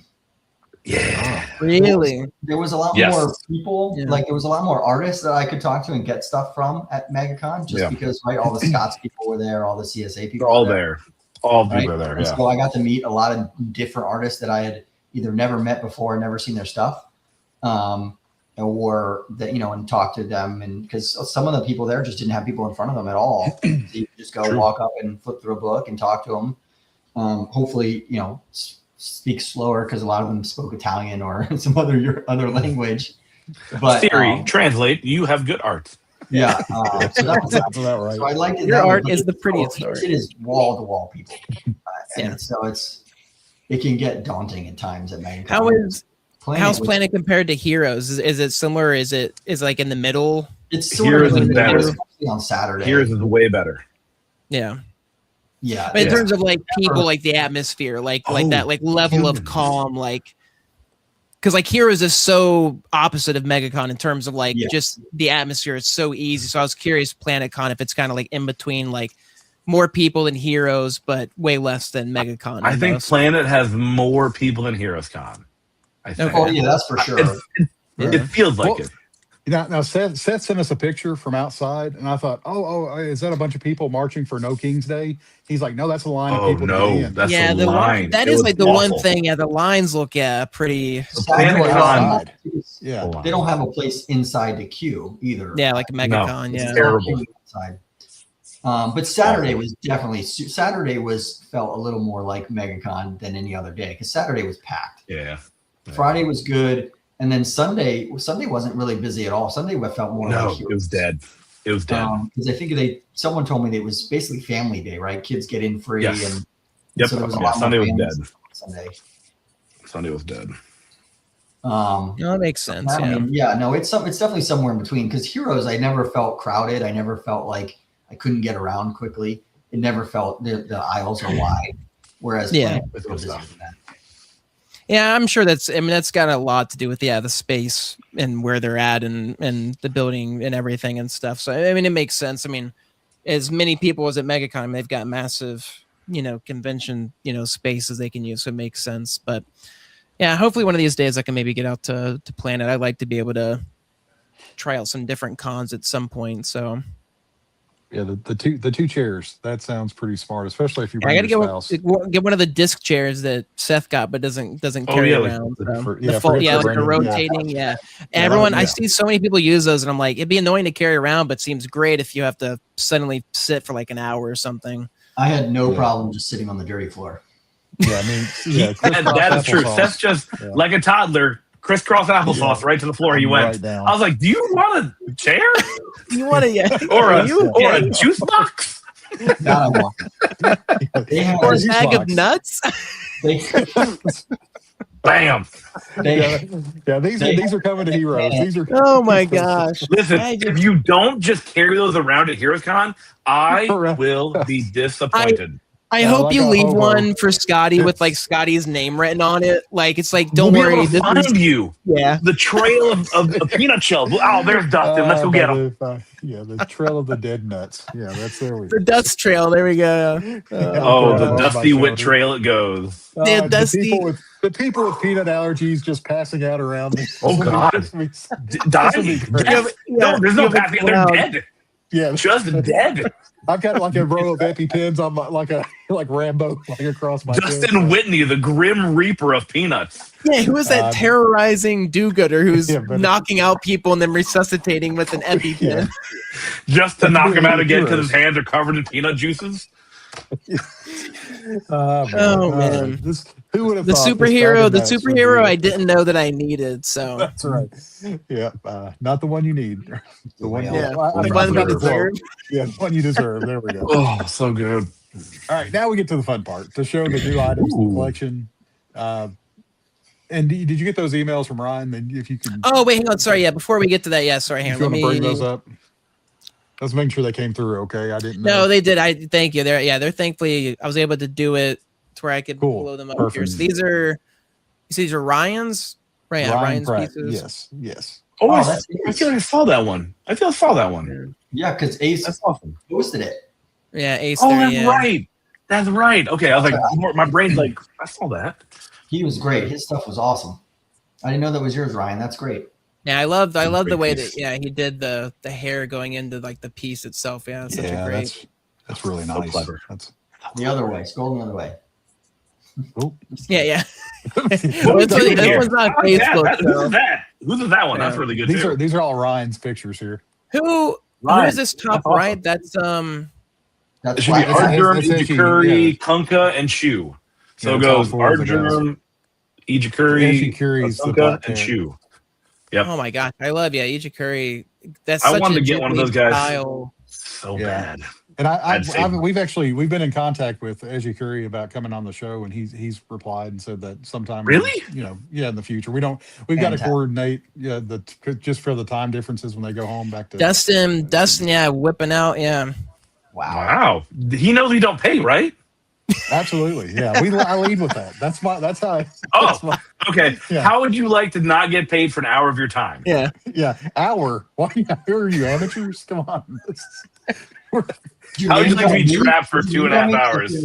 Yeah, we've never did an hour show. I don't even know what that would feel like. We used to. Yeah, you did. You used to at the store. Yeah. Oh man, so good. That's awesome. The bag! I thought about buying a Bagley. Yeah, it's last Spider-Man. Spidey sense. Bagley had a bunch of them. I was tempted. I was behaved. He posted some full figures. So much stuff there that was tempting. I had to. Bagley posted some full figure sketches that he's going to be bringing to cons coming up too, and those looked really nice. I mean, these were.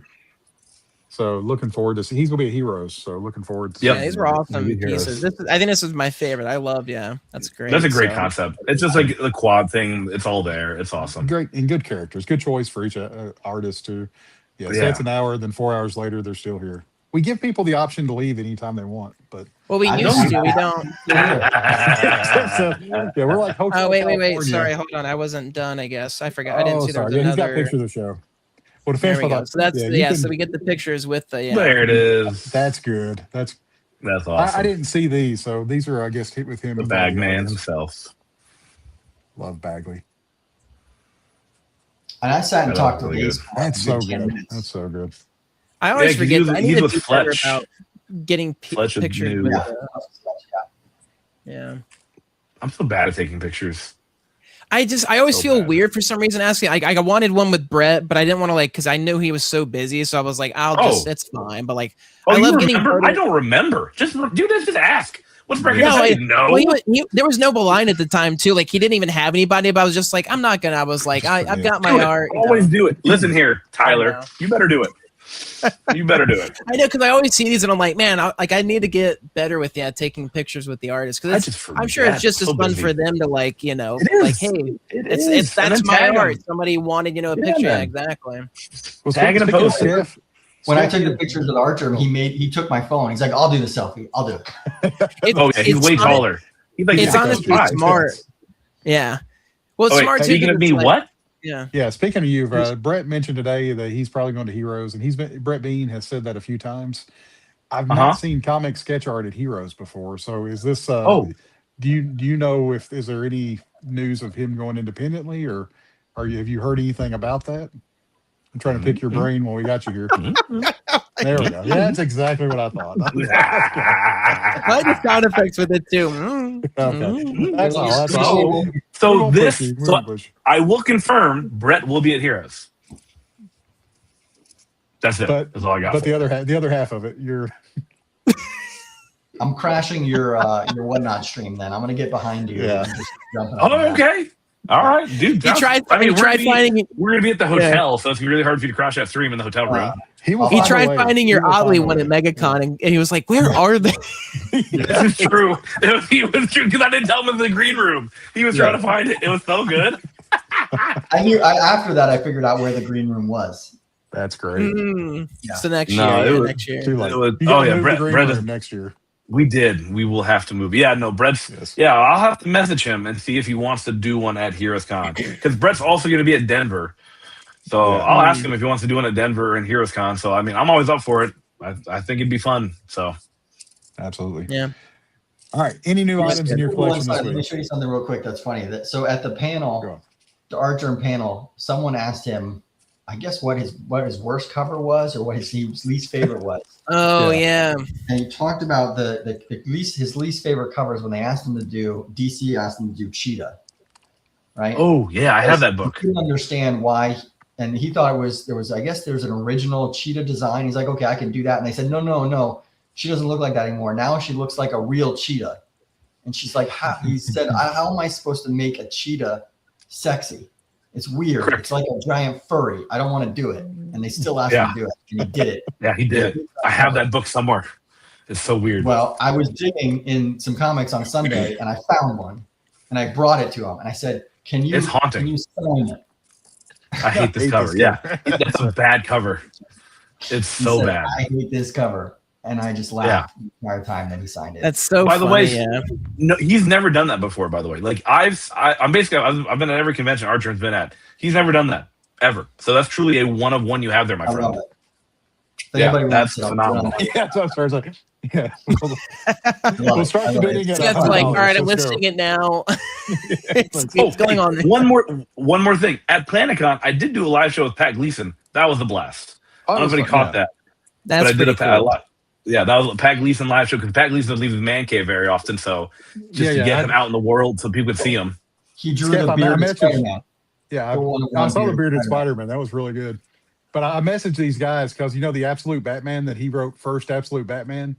I've had a commission from him from March of last year with a different company. And that's my character is Absolute Batman. And you haven't gotten it yet? He hasn't got it yet. He got tied up. He got the interiors. So I was like, you son of a gun. I didn't even want the first, but I was thinking, that shows me he hasn't drawn mine yet. So that makes he not drawn it? He hasn't even looked at the list. So. What company is it for? I'll tell you later. It's not their fault. Yeah, I got peanuts in my beard. He's got too much. Yeah. Yeah, well, he got hired for the interiors right after he did the commissions list. So, right. But he said that he's still I'll call working him. on it. I'll give him a call. I'll give him a call for you. Yeah, I commissioned an Absolute Batman, like the full one, and then I did a Gert on a smaller piece of paper from him. So, you got the expensive tier. I know how much that tier cost. Yeah. Oh, Jesus. So that's why when I saw the Did you already Absolute pay? Batman Did you already pay? I paid last March. So it was, I have one on the list, but I never paid. No one asked me to pay, so I'm good. Dustin. Oh my gosh. You better call me after the stream. We're gonna see if we can fix that for you. No. He get you a refund. Jesus. I've waited longer and to get one from him is a kind of a rare thing just because. No, it's not. I can just call him. I'm trying to make myself rare thing. Hey Pat, listen, buddy, we got a problem. Yeah, and invite him to the show if he ever wants to come on here. We're more than welcome to take Pat. Okay, yeah. Plug. I love it. The plug. I will need a review of the questions if you want the Gleason on here. That's right. There we go. And you can't. That's what I need. You can't eat while he's on the show either. Yeah, no peanuts. No, he's got an allergy. Yeah, this is the there. Look, speaking of the Pat Gleason, how about that? Hey, ooh. Look at you. Yeah, the detail in that. Remove sketch from studios. 5-minute sketch. Is that? I've got to eat more peanuts. This is a sketch. Dustin's not feeling salty enough, so he's got to eat more peanuts. That's gorgeous. Anything else you want to show? Skip to make me? Yeah, I do. Yeah, I got one more for you. All right, then we'll pass it up to Seth. And Seth, you got your stuff ready? I guess. What are we looking at? I guess. We invite you on the show and you guess. I sent you photos. No, I wanted to see the stuff in person so we could blow it up. Yeah, new items are in person. Yeah, I got some stuff. Oh, there it is. That's a threat. Okay, I don't know if how much artwork you going through. I have a bunch. Ooh. Oh wow, look at that. I like that. Yeah. I love the sticky note with it. Does he hide the sticky note for the win? Does he hide skulls in his commissions? Yeah. Oh, not in the commissions, no. No. I've only seen one that I've gotten from him that had a scroll in it. Yeah, so that's my Gwen, and that's my Rogue Savage Land. Nice. Very nice. All right, Seth. Your turn, guy. All you. All right. You're on the big screen. Maze. I'll start with I didn't call that earlier. I love that. That's great. A stands for amaze. MEGACON. I got I had a pre-commission from David Messina, and this is I wanted him since I saw him started doing these on Ultimate Spider-Man. He's with Scott's, right? Yeah. Yep. Very easy to work with those guys, and he had this ready to go on day one. So this is nice. Full Spider-Man. I like that. That's really good. I had asked him, I said, can you do a little mini one of the guy, his kid son in the black suit? I don't want to pay a second person charge. So if he'll do it like a little mini one for the background. Can you just do work for free? Listen, I don't want to pay for this. Can you give this to me? I know this is how you feed your family, but can I get it for free? I just didn't want to pay for a full second character. Okay. I was very nice about it. I'm gonna go to Seth and just get a little bit of lawyer work done, just like a little tiny bit though. Just print this out. Scan them in. No, I like that piece. Why do I take this? Because we love you, Seth. We love you. We do. We love you. I'm just jealous of your art. Yeah. But I did pick up. I've got a good buddy coupon. Yeah. Can you hear myself think? Time out. All right, let's see what we got. Now this is This is from Good Buddy Mail, right? This was his Supergirl that was in his portfolio. That's so cute. Pre-done pieces. This is actually from 2014. Wow! Holy cow! Yeah, so he said he had just had it somewhere. He hadn't wanted to bring it to a con yet. He just put it in his portfolio this time, and this was in the back of the book. And I was flipping through, and I got to this, and I said, "Yo, that's mine." Yeah, that immediate, yeah. And it's mostly pencils and markers. It's got a really nice texture and depth to it. Yeah, I love that. That's such a fun stylized. Yeah, it's big, 11 by 14 too. Yeah, I gotta get a mail piece still. Yeah. And then I couldn't stop myself with another one because oh my goodness! Literally, we just sat there and talked to him. Zach and his family and I. We just sat there and talked to him forever. I mean, I felt kind of bad that we were sort of monopolizing his time. But we all got something from him, so I think it was worth both of us. And I picked up this Spider-Gwen also that was in his book. Oh man, look at that! That's love that subtle background with it. Yeah, 9 by 12. So he's awesome. Mel's a great guy, and he spent a lot of time with us. He spent a lot of time with Zach's kids, just talking and giving them cool stuff. Hold on, can you blow back up because he's got two books in the background there that he got. Oh yeah. That we really got to see. Which one? Batman and Brick City. Over your right shoulder. Other right. Yeah. No. That's hey, right. The $3,000 worth of books to your right, buddy. Yeah, come on. Let me help you out with that. Oh, and they just happened to be killing me. This Absolute Batman. So remember, I might have won an Absolute Batman from Megan's appearance. From Good Buddy Megan's appearance. From Good Buddy Megan. And so I'd asked Megan to hold on to it and I'd pick it up at MEGACON so I could get it signed by Scotty while I was there. And she brought it with her already signed in this nice blue color. Stunning. I love that, yeah. That's a good color. Yeah. That's nice. I know you can see it. Yeah. Which she said she doesn't think Scotty has ever signed that color on this before. That's really nice. Which means she's probably tracking it so that I don't sell this either. Oh yeah. That's true. Yeah, there's a thin paper, yeah. Yeah, 100%. Like the security tab things they have at stores. But so Ryan said he had a huge the heroes, and hopefully if Nick Dragota's there, I'll get him to sign it too. That'll be fun. Very nice. The rumor is he's supposed to be. The rumor though, but it's not been confirmed. He's already on the list. No. Yeah, he's on the list. Really? Let me check. Guys, he's already confirmed. Yeah, oh, dang, that's awesome. Johnson and Dragata and all the.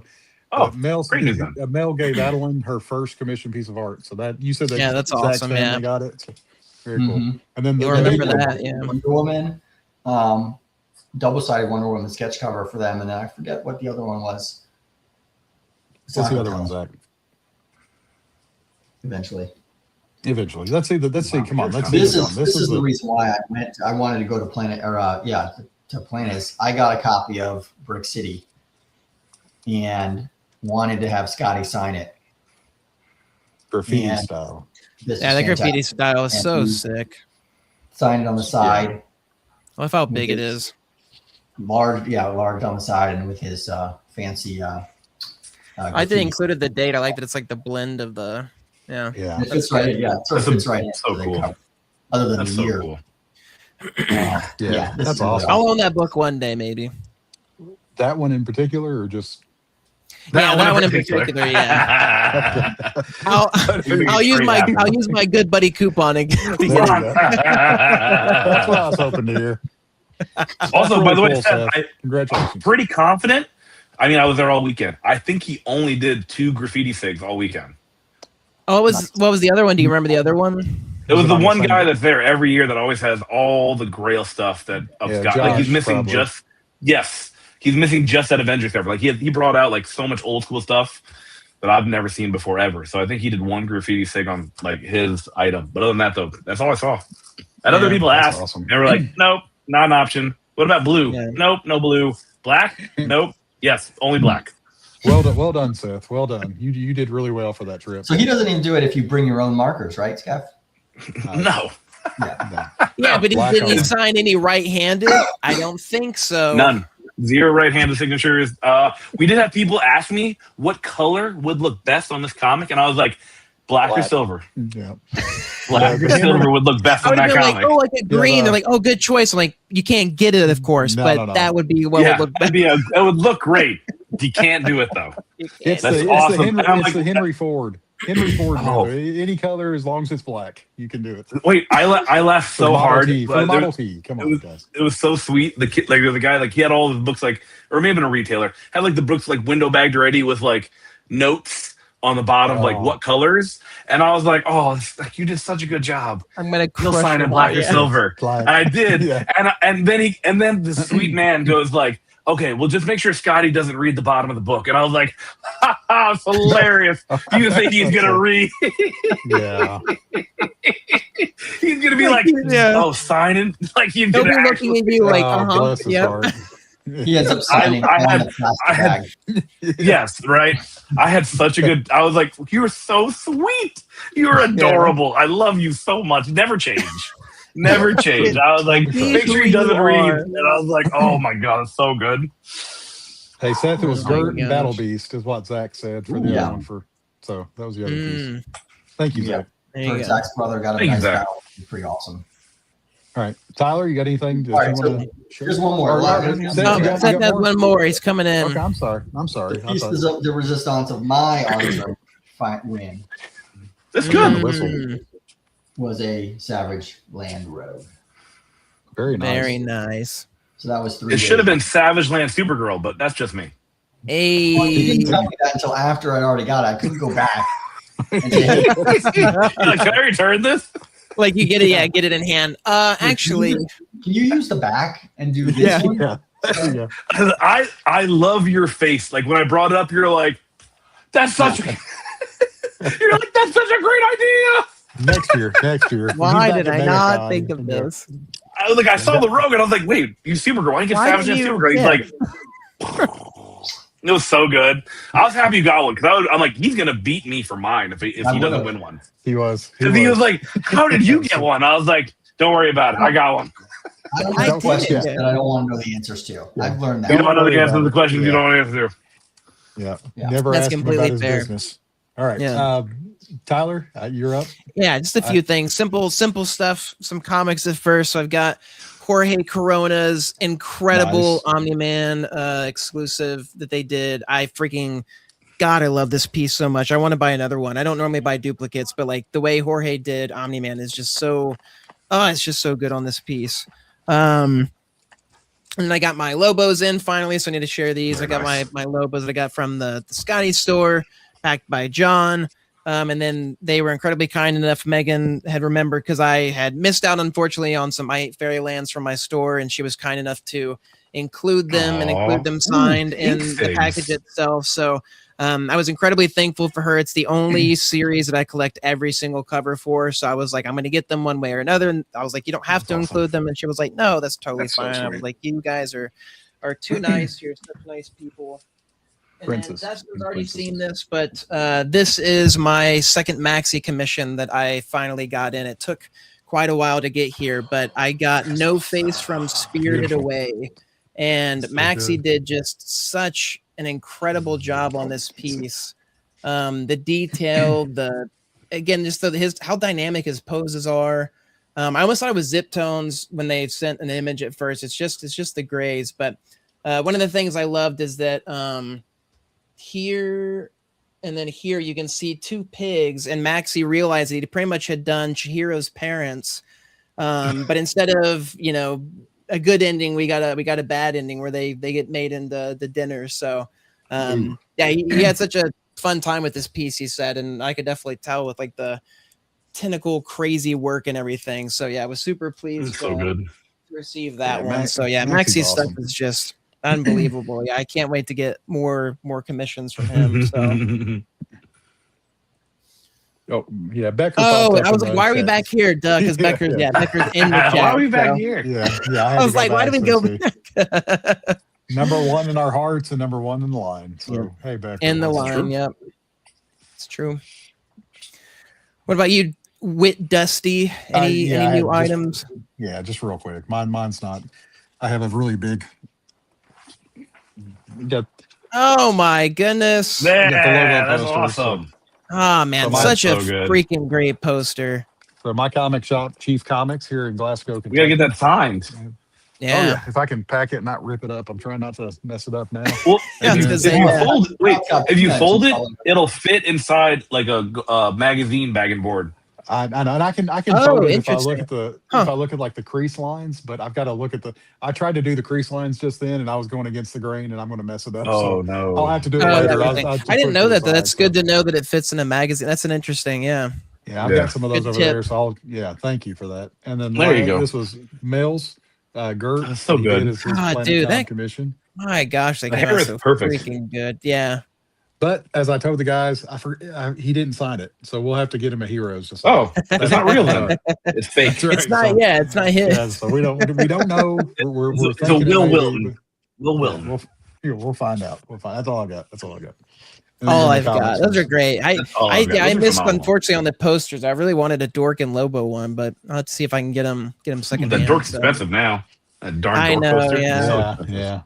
Well, someone posted in the Scotty Young Facebook group that that their comic shop had given them the I Hate 50 cover poster today. Ooh, nice. So really? It looked really nice. Yeah, Derek's cover. So really nice. That's super cool. All right, so I think that takes care of our new items. So now we get to the plug. Yeah. We don't normally have the plug if we don't have artists on, but we want to give Jay Foskett some rep on here. He's doing some recreations.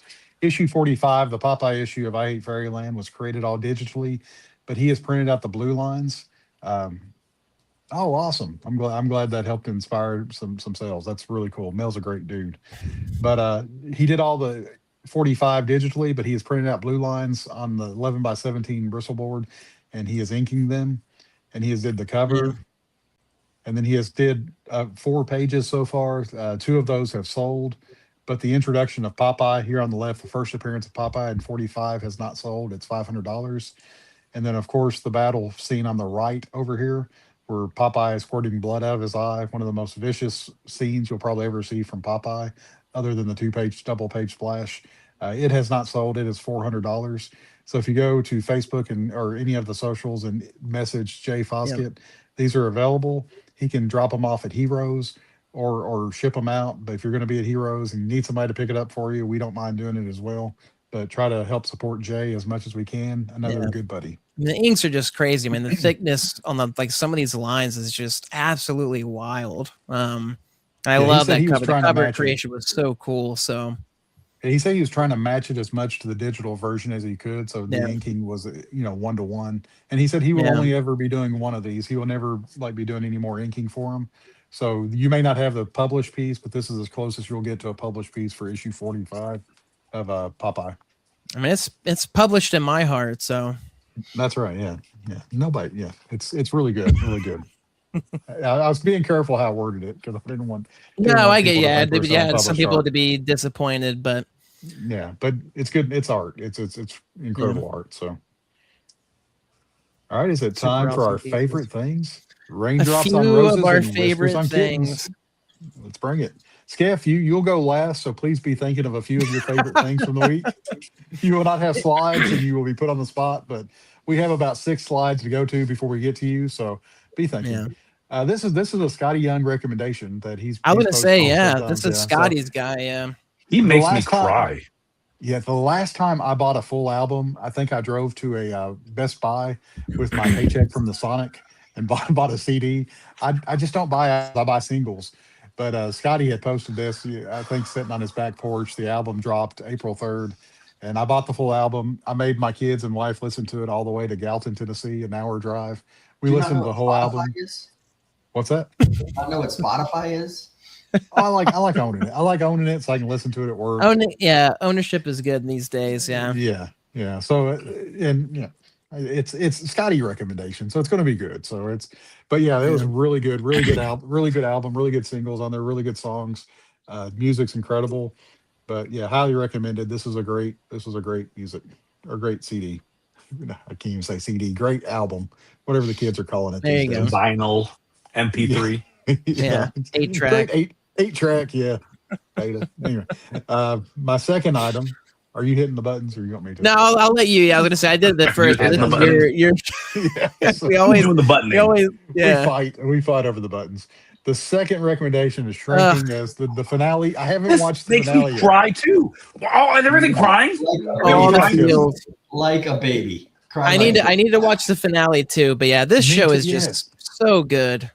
Yeah, this will what I'll be watching after we get off here tonight. So the finale of this, but yeah, the penultimate episode leading up to that, there was so many like personal things in there that Jason Segel's character is going through, and I was like, oh, I can relate to so much of that.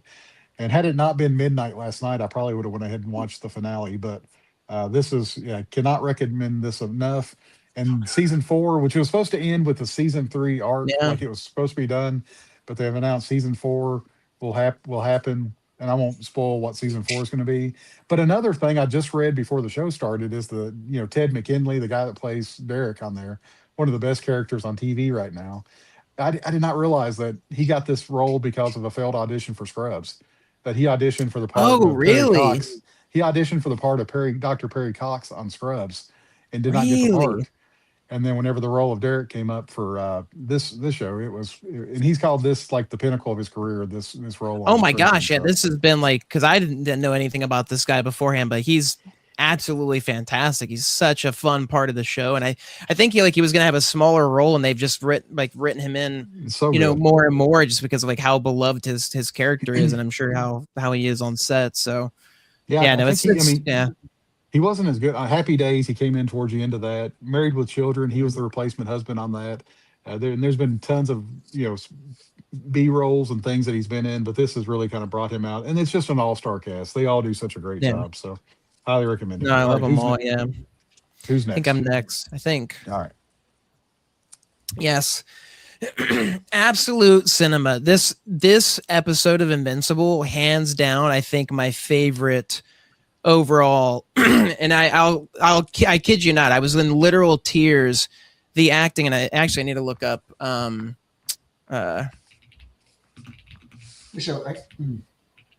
the Debbie's Sandra Oh. Sandra Oh. She's pretty famous. My God, dude, she is. Yeah, she's famous well before this. But her voice acting work in this was just phenomenal. Like, again, I mean, and everybody in the show does such a great job. J.K. Simmons and Stephen Yeun, like they're just all so phenomenal. And it's been so fun to watch this show translated. I mean, it's one of my favorite comics, and I came into it later, like right towards like when it ended. But just such a great comic, and it's such a great show. But like I said, this episode was like, because I have like a list of like favorite episodes, and this immediately like went into that list of like, I think there's like 30 or something I've got currently. But yeah, I would watch this episode again and again. But yeah, definitely, if you're not watching Invincible, watch Invincible. I've got my Burger Mart shirt on, so absolute cinema. And then a fun one, Disney we went to Magic Kingdom this last week, and we normally go to the parks. Super nice because it was way less crowded than it normally is. We actually got to like walk around and enjoy ourselves. And the Buzz Lightyear Space Ranger spin. Buzz Lightyear is one of my favorite characters. I've got my Space Ranger tattoo on my arm. I freaking love Buzz Lightyear. This ride went down because they were doing revamp, updating it with new technology and stuff, and so it was supposed to open. It's supposed to open in like a little under a week or something, but they had a soft opening. We didn't know it, but they had a soft opening, so we were able to go on, and it was fun. I like the updates. It's a lot more engaging. They've got fun electronics and stuff. Everything's more digital. It's just a lot easier, to do the ride and stuff. So it was fun being able to get to do this. And then also they just announced the Buzz Lightyear Fortnite skin crossover stuff, so I get to play Buzz Lightyear in Fortnite too now with friends. So that's also fun. But that was mine. Those were my two. So. All right, Seth, you're up. Oh, mine, great. So this new season 4 of For All Mankind just started a couple weeks ago, and I watched the first couple episodes yesterday. This show is great. I don't know if you guys watch it, but it's on my list. Yeah, it's made by Roger Moore. Is that his name? No. I forget the guy's name who started it, but he was the guy who did Battlestar Galactica, the reboot, and had been a writer on Star Trek for a long time. And this series, if you know anything about it, it basically started. Season 1 was started it took place in the 60s, and the premise is what would have happened to the development of NASA and the space race if Russia had gotten to the moon first. And so alternate timeline. Yeah, that's pretty correct. And so each of the seasons is sort of jumps ahead about a decade. And so right now this new season takes place in 2012. And, they take a lot of parallels. There's a lot of real famous people that are portrayed in the show in minor roles. But they use the real names, and they're just in different positions because the space program has kept going instead of stopping, right? And so it just continues to develop, and they jump ahead. And this season is 2012, and then it was renewed again for one more season, and they're talking about probably the next season will be in the present. But the storylines in this show are great. And I just think it's a great concept, and I just love the show. Highly recommended. I've been wanting to check it out. I really like Joel Kinnaman, that actor. I really loved him in Altered Carbon. So yeah, he's one of the main pulls for me with the show. Like I keep seeing him pop up and see the ads for it, and I'm like, I need to get to this show at some point. Yeah. Oh yeah, the guy's name is Ronald Moore. Ronald Moore. And this was another sci-fi greatness. This is Star Trek Con. This is a podcast, or it's an audio drama, right? I think it was 8 episodes of an audio drama that you can get on any podcast platform. It started out, and it was written by, at least partially, by the guy who wrote Star Trek II, The Wrath of Khan. And they developed this first as a TV series. And then it sort of didn't go anywhere as a TV series. So they adjusted and moved, pivoted and did it as an audio drama. And it is, if you like Star Trek, if you like the character of Khan, it is fantastic. And it fills in a lot of holes of the story of what happened between the original series and what happened in the second movie. It has some connections to For All Mankind, because one of the actresses in For All Mankind is the voice of the main character, the female main character in the audio in the podcast, Ren Schmidt. She plays one of the scientists. And then Khan is actually played by Naveen Andrews. I don't know if you know him. He was the guy. He was on Lost, I think. He was on Lost. And he. Who is it? Who'd you say? Saeed. He was from Lost. Yeah, Saeed. Yeah. And he is just fantastic in the role. Fantastic. And the whole series is great. If you like Star Trek, if you like this, I think you'll like it. I can't recommend it enough. Very cool. So those are the couple things I've been doing the last couple I can never get enough Star Trek. So yeah, definitely have to check this out. All right. Very So cool. pull up Skeff's slide now. Yeah. Okay. So we have favorite things. I have this Pat Gleason, Savage and Rogue. These are very easy to get. Yeah. I don't know what people are waiting for. They're falling out of trees like coconuts. Wow. Yeah, come on. Get them while they're So hot. yeah, these are everywhere. I don't know what's going on. Pandemic of Everybody Pat has one. Gleasons. Who's got one of these? I don't know what everyone's. Pat Gleason. Wear a He does mask, all the folks. conventions. You will get And then- back to Pat Gleason. And then shameless self plug. I got the rest of my Invincible sweet exclusive that came in. So this is how did that come about, Skiff? I've got questions about that. Yeah, it's a good question. Oh yeah, just ask away. What do you want to know? I take how off the did big that come screen. There about? we go. Exclusive. The question I Well, someone. Yeah, that's awesome.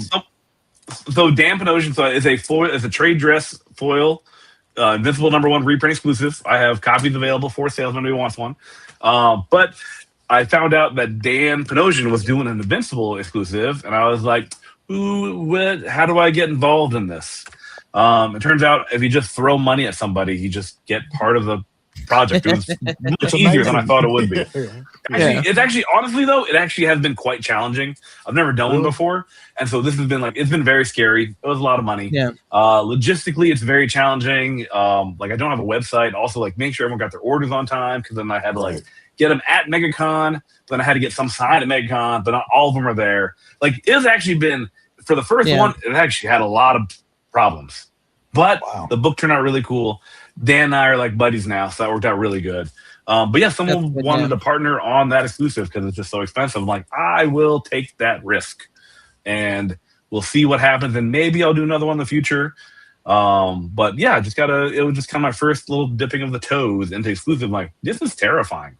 I can see why, not everyone does it, but now I can see why people do it all the time. But it's just, it was really cool. Dan was awesome and showed us the preview image of that. I'm like, oh yeah, Eve looking amazing and terrifying and awesome all at the same time. I'm like, yeah, no, it was really, really, really fun. That's super cool. So why did you choose to do a foil rather than just a regular cover? So there's one of the speed bumps that I was not happy about, is that I didn't know it was going to be a foil. And so there was a lot of issues and troubles with the communication. Basically, I've learned a lot of things about if I do one again, I'm just going to do it on my own and just eat the whole thing and call it a day. So it's just I didn't know it was going to be a foil.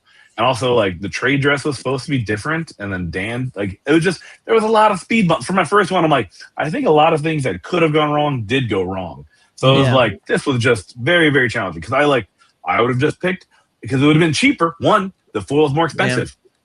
You know what I mean? And also, guess what's really hard to do on foils? Draw remarks. Guess what really people love? Remarks on comics. Yeah. Oh, you know what I mean? So it's just a bunch of dumb things where I'm just all this could have been avoided, but there was just a lack of communication. I'm just all right, learned a lot of things, but I mean, first time in, you're going to make some mistakes that you're going to learn, and you're going to be wiser for it. But yes, I was not happy about the foil. But it's a super cool cover, though. I mean, you got very. It is a super cool cover. Great cover. Yeah, the foil kind of. It's an interesting question, Seth, because it's his foil. I just assume you maybe picked it because I know foil is just everything now. It's like the 90s again, where it's everything's foil, everything's shiny, and it's I'm not a foil fan. Yeah, I'm not either. I feel like it takes away from the art personally. I feel like when it's spot glossed or spot foiled, it can work really well. Yeah. But it kind of mutes the cover. Yeah, just kind of. But interesting, to hear that was unfortunately just But Dustin said, I mean, it looks great, Besides, that cover, really good.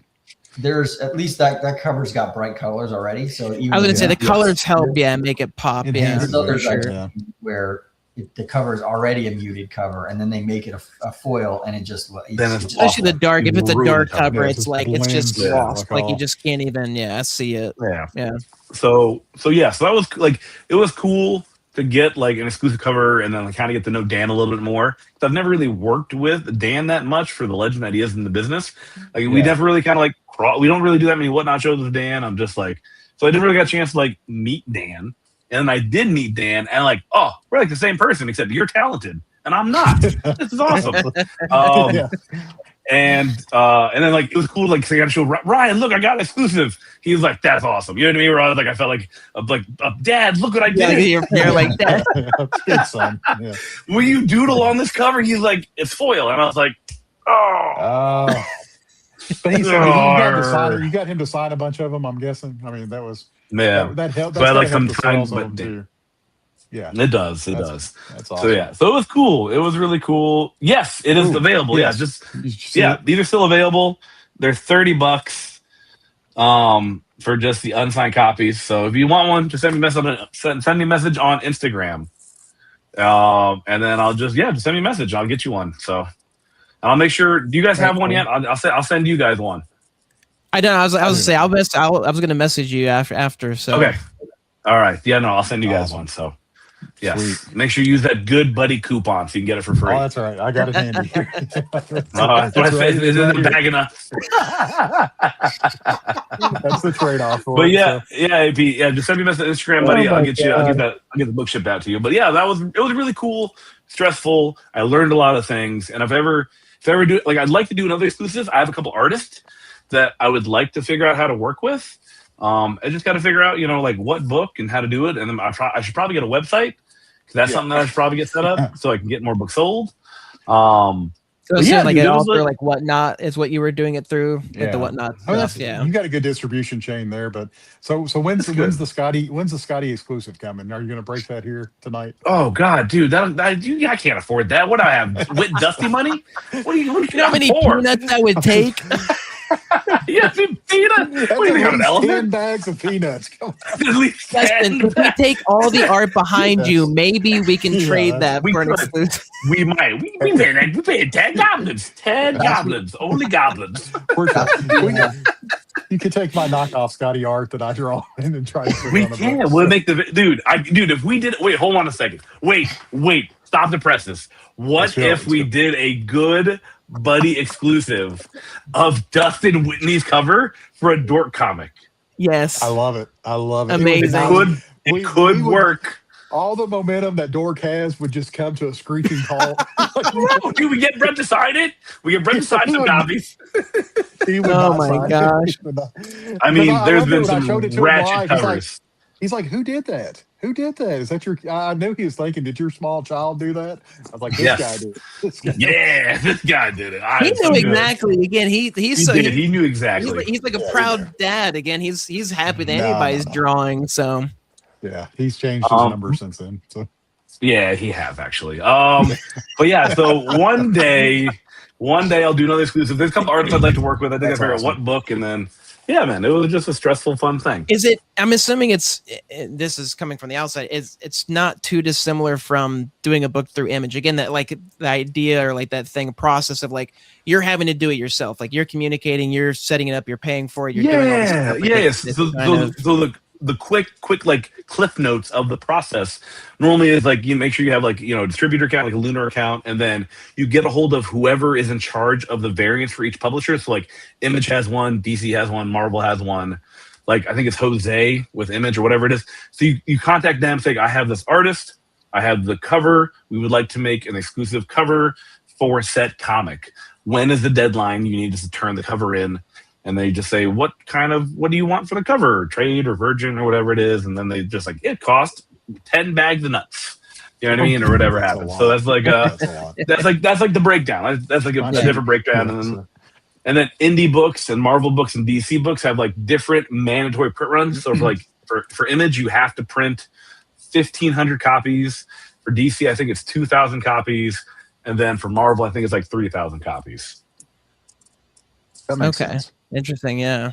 And I'm assuming like because I feel like we're seeing more and more like it's and again maybe I'm just like seeing it now but it's like there's so many random shops and stuff, so many, especially with dork, like you said, like things popping up where it's like just exclusives, it's exploding. So well, do you want my honest opinion or do you want my PR opinion? Honest. I want both. I want it straight. I just want to see how different they are. So let's hear both. Okay, so here's the thing. Oh man, I don't know. I lost connection. I usually don't be real on live shows. Come on. We can do it offline too. Yeah. All right. So, here's the thing. Humans, is that so I like the Brett Bean a lot. I've liked the Brett Bean before he became Brett Dork Bean. You know what I mean? Like, and so the thing is, I see a lot of humans who see dollar signs, because the trick is like, let's ballpark this. Let's say you get most of these dork variants from retailers are like, who's that artist? I've never heard of him. So that usually means they're pretty affordable. That means they're not that expensive for a cover, because normally an artist is going to charge you X amount to use them for the cover. You don't get the original art. That's the charge for them to make a cover for your book. You could purchase the art separately. And so they probably don't charge a lot. And I think if you do just a basic non-foil trade dress from Image, I think it's going to run you anywhere between like $2 to $3 per book. And I say it's normally, I think you can get it down to like a 500 or like 1,000. I would say 500 is what I've seen, like 5 or like 1,000. Right. So they'll print like 1,000, but then they'll like destroy a certain amount of copies to build in that false scarcity. And so what happens is that they'll have like artist comp copies they give the artist, but then their comps will be like, I only have 500. So the artists will have different copies. And then so what happens is, you pay the artist. Let's say the artist is only charging you like $500, right? So you're all into the book is like $2,500, maybe $3,000. And what are the price of these dork variants online been going for? Or like what is the 35, 25 50, to 35 to. So if you take a book that you only paid like, I don't know, let's say $6-7 per book, and you're selling them for 35 unsigned, and then you can do like, so the trick is like, people are making a bucket load of money off Brett Bean, and you know what I mean. We're like, Brett's not, you like when Comic Tom used that his exclusive for that Dork #1 second print.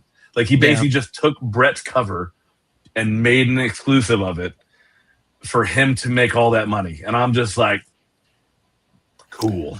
Yeah, but Steph, on the flip side of that, the retailers like that boy Chris P and Laura's the ones that had who's been there since the beginning. Exclusive, they had the exclusive coming out before. Those are the more impressive ones. Yeah, those are the impressive ones that I look at and like that's awesome. Yes, right.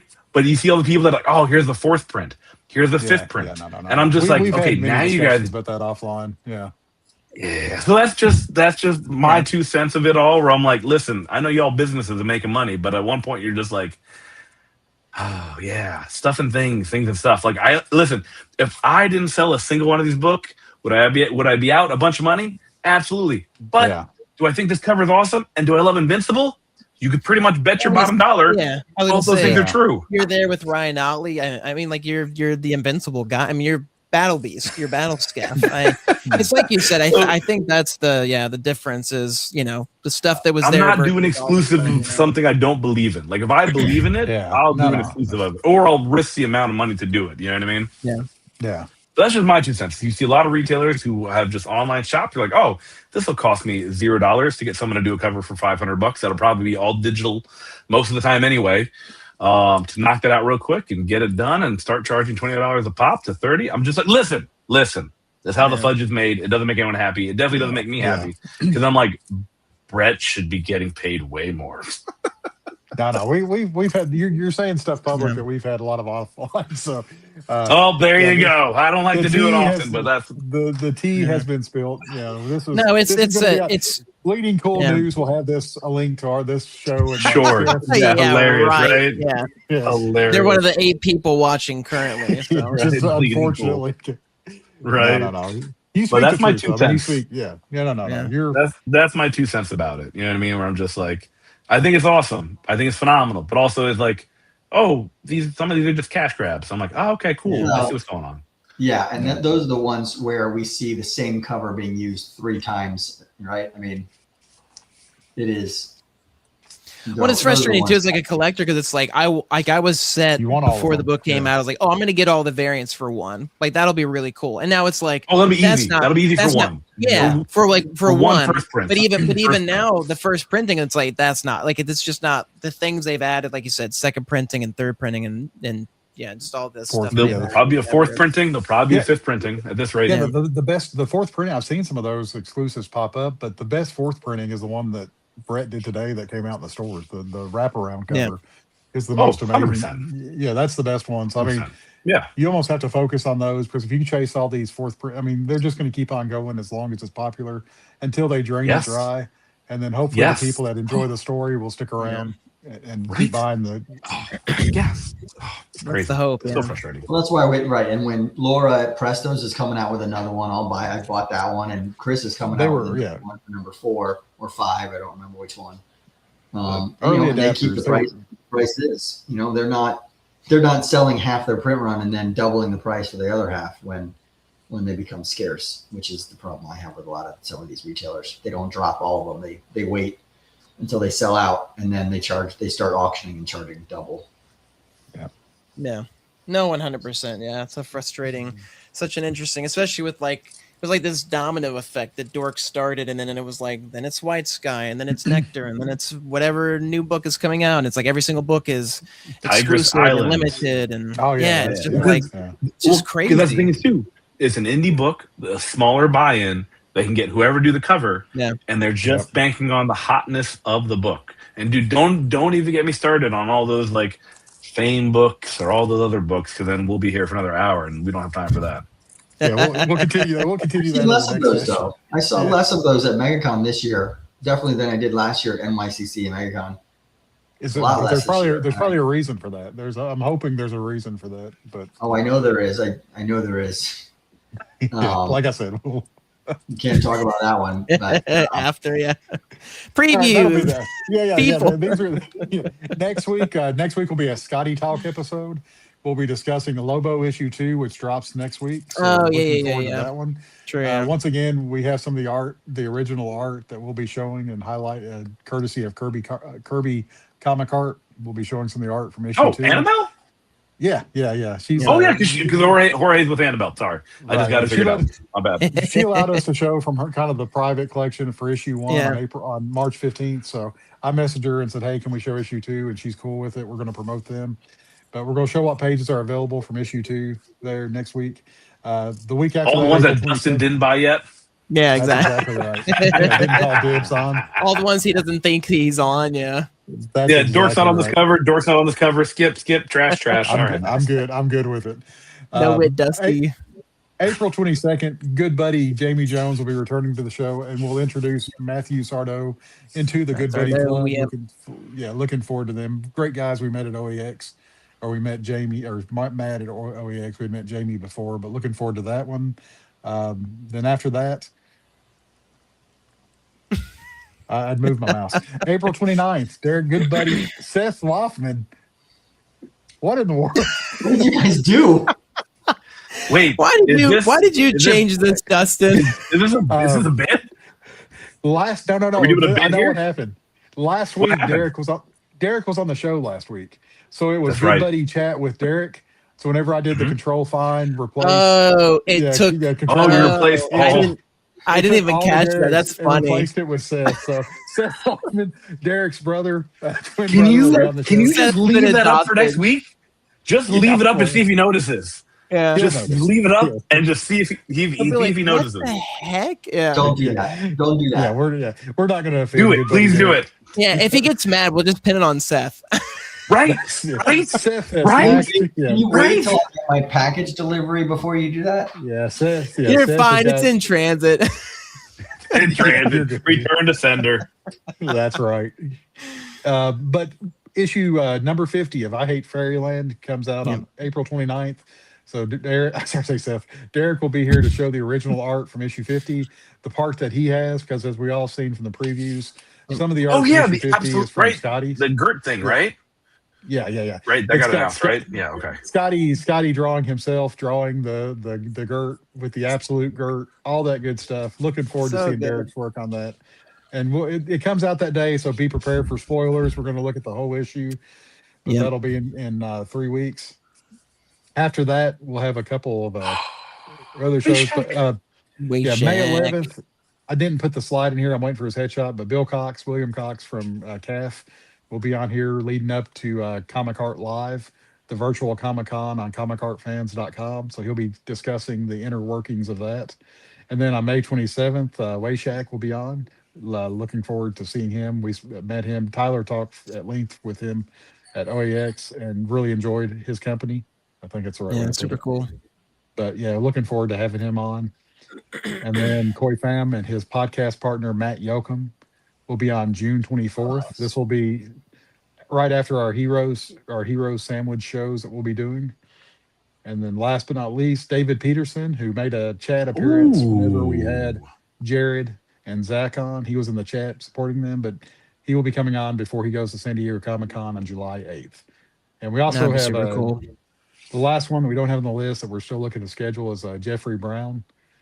from Fader's Little Princess and all those great books that he's did. He's got a new project launching sometime in the fall, and we've got to get him scheduled for what day he's going to come for that. So that's our lineup coming up, guys. Very cool stuff. Very cool people. Do you want to reschedule me now, or should I just wait till you guys call me back? We'll call you. We'll call you. Don't call us. Yeah, we'll reach out. We'll call you. Yeah, we'll get to you. Yeah. Gotcha.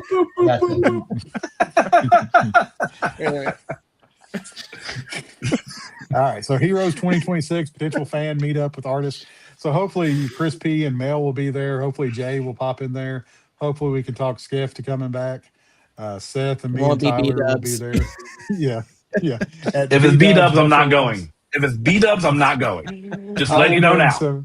I will bring some bologna sandwiches from Kentucky, and we will. You better bring me some bag of nuts. I want the bag of peanuts. You better bring that. I'll eat that at the B-dubs. There we go. All right. At least I'll have food. They didn't serve any food last time. Oof. They did not, and the food they did serve was not. Yeah, I got a salad with no dressing. It was such a wonderful experience. The fact you ordered a salad though at B-dubs, on the salad. Like that's on you. Like that's on you. What happened is they didn't even know what to do. They're like, someone ordered a salad. Do you know how to make salad? Screwed I everything have no idea. Yeah. Just put lettuce in there. They're like, put some celery. Well, it's fine. We put the wings in the salad? I don't know. I don't know what to do. Chicken fingers on top of the lettuce, and they served it to. That was it. So this is a salad. It was not fun, but it was fun. It was a lot of fun. That picture was well worth it. So, and I said before, like I said before, don't expect Scotty and Megan to show up this year. If you're coming, yes, especially if we're going to B-dubs, I will tell them not to go. Yeah. Well, I mean, I know people saw those pictures from last year, and I don't want them to come disappointed. Show up for the guys that you see on the screen here, and then if anybody else shows up, pre-disappointed. Yes, that's motto for my life. So, yeah, it was fun. Better. Fun, yeah. The only way out is in. So the only way out of Buffalo Wild Wings is in. So that's all we got. If you want to do this, you saw how much fun we're having. We're just laughing. We're good buddies. You can contact Tyler or Dustin, and we will get you on here at some time. Yep. All right. Unless you're Seth, don't reach out. We'll reach out to you. We'll reach out to you. We'll have our people get hold of your people. All right. Well, final sign offs. Thank you for everybody that stuck with us. We've had a pretty good crowd for the rowdiness that we've had here. Skeff, Seth, anything you all want to say before Tyler signs us off? Deuces. Love it. Okay. Hey. And buy Skeff's book. Yeah, contact Skeff for that incredible Invincible cover. Yeah, hit him up. Shameless self-plug. And support Good Buddies. I got to get one, so I got to buy one. Yes, I wish my other Good Buddies would buy one, but I'll send them one for free. I'll buy. No worries. No. We're gonna now that we know how much you put into it. Seth, any final shout outs before we call it? Thank you for coming on, as always. No, thank you guys for having me. It's good times. Thank you, Skep. Fun show. Hospitable planet. I love it. Yeah. You guys are great. And if I'm never on again, so be it. I'm never on again. We have to have you. No, we have to have you back on because we have a slide for you. So like, this is haunting. This is 3 days. So much. There's so much on the screen. We're gonna blow it up there. It's looking into my soul. Hey Seth, did you see the spaceship? Did you see the 6-7 done in space? No. Yeah, they did the 6-7 in space. They had like the live chat, and the astronauts were up there doing the 6-7. I did not. That's like 2 weeks ago. Remember, my flight back from Kansas City was flying out of gate 6-7, so that was That's nice. right. That's right. That's Seth. I can't think of 6-7 without thinking of Seth. But anyway, wow, it's a Seth thing. I'm gonna look it up. Now. If you want more of this, come back next week. We'll be showing off Lobo 2. The artwork is fantastic. Us, we're all right. But we'll do voices. Yeah, we'll do voices. You'll maybe see with Dusty. Who knows? We get more peanuts, all that good stuff. Be empty by then. He'll have another one. He's got a barrel. You said this is the only bag of peanuts I've got. Skip, what's wrong with you? He's post-apocalyptic, like prepping, but with peanuts only. I've got my can of pinto beans out there, my jar of pinto beans. I don't even know what to say to that. We can stuff in Kentucky. That's all I got. Until then, 10-4 good buddies, and we'll catch y'all on the next show. Oh, somebody's got to end it. All right. You're going to end it? You end it.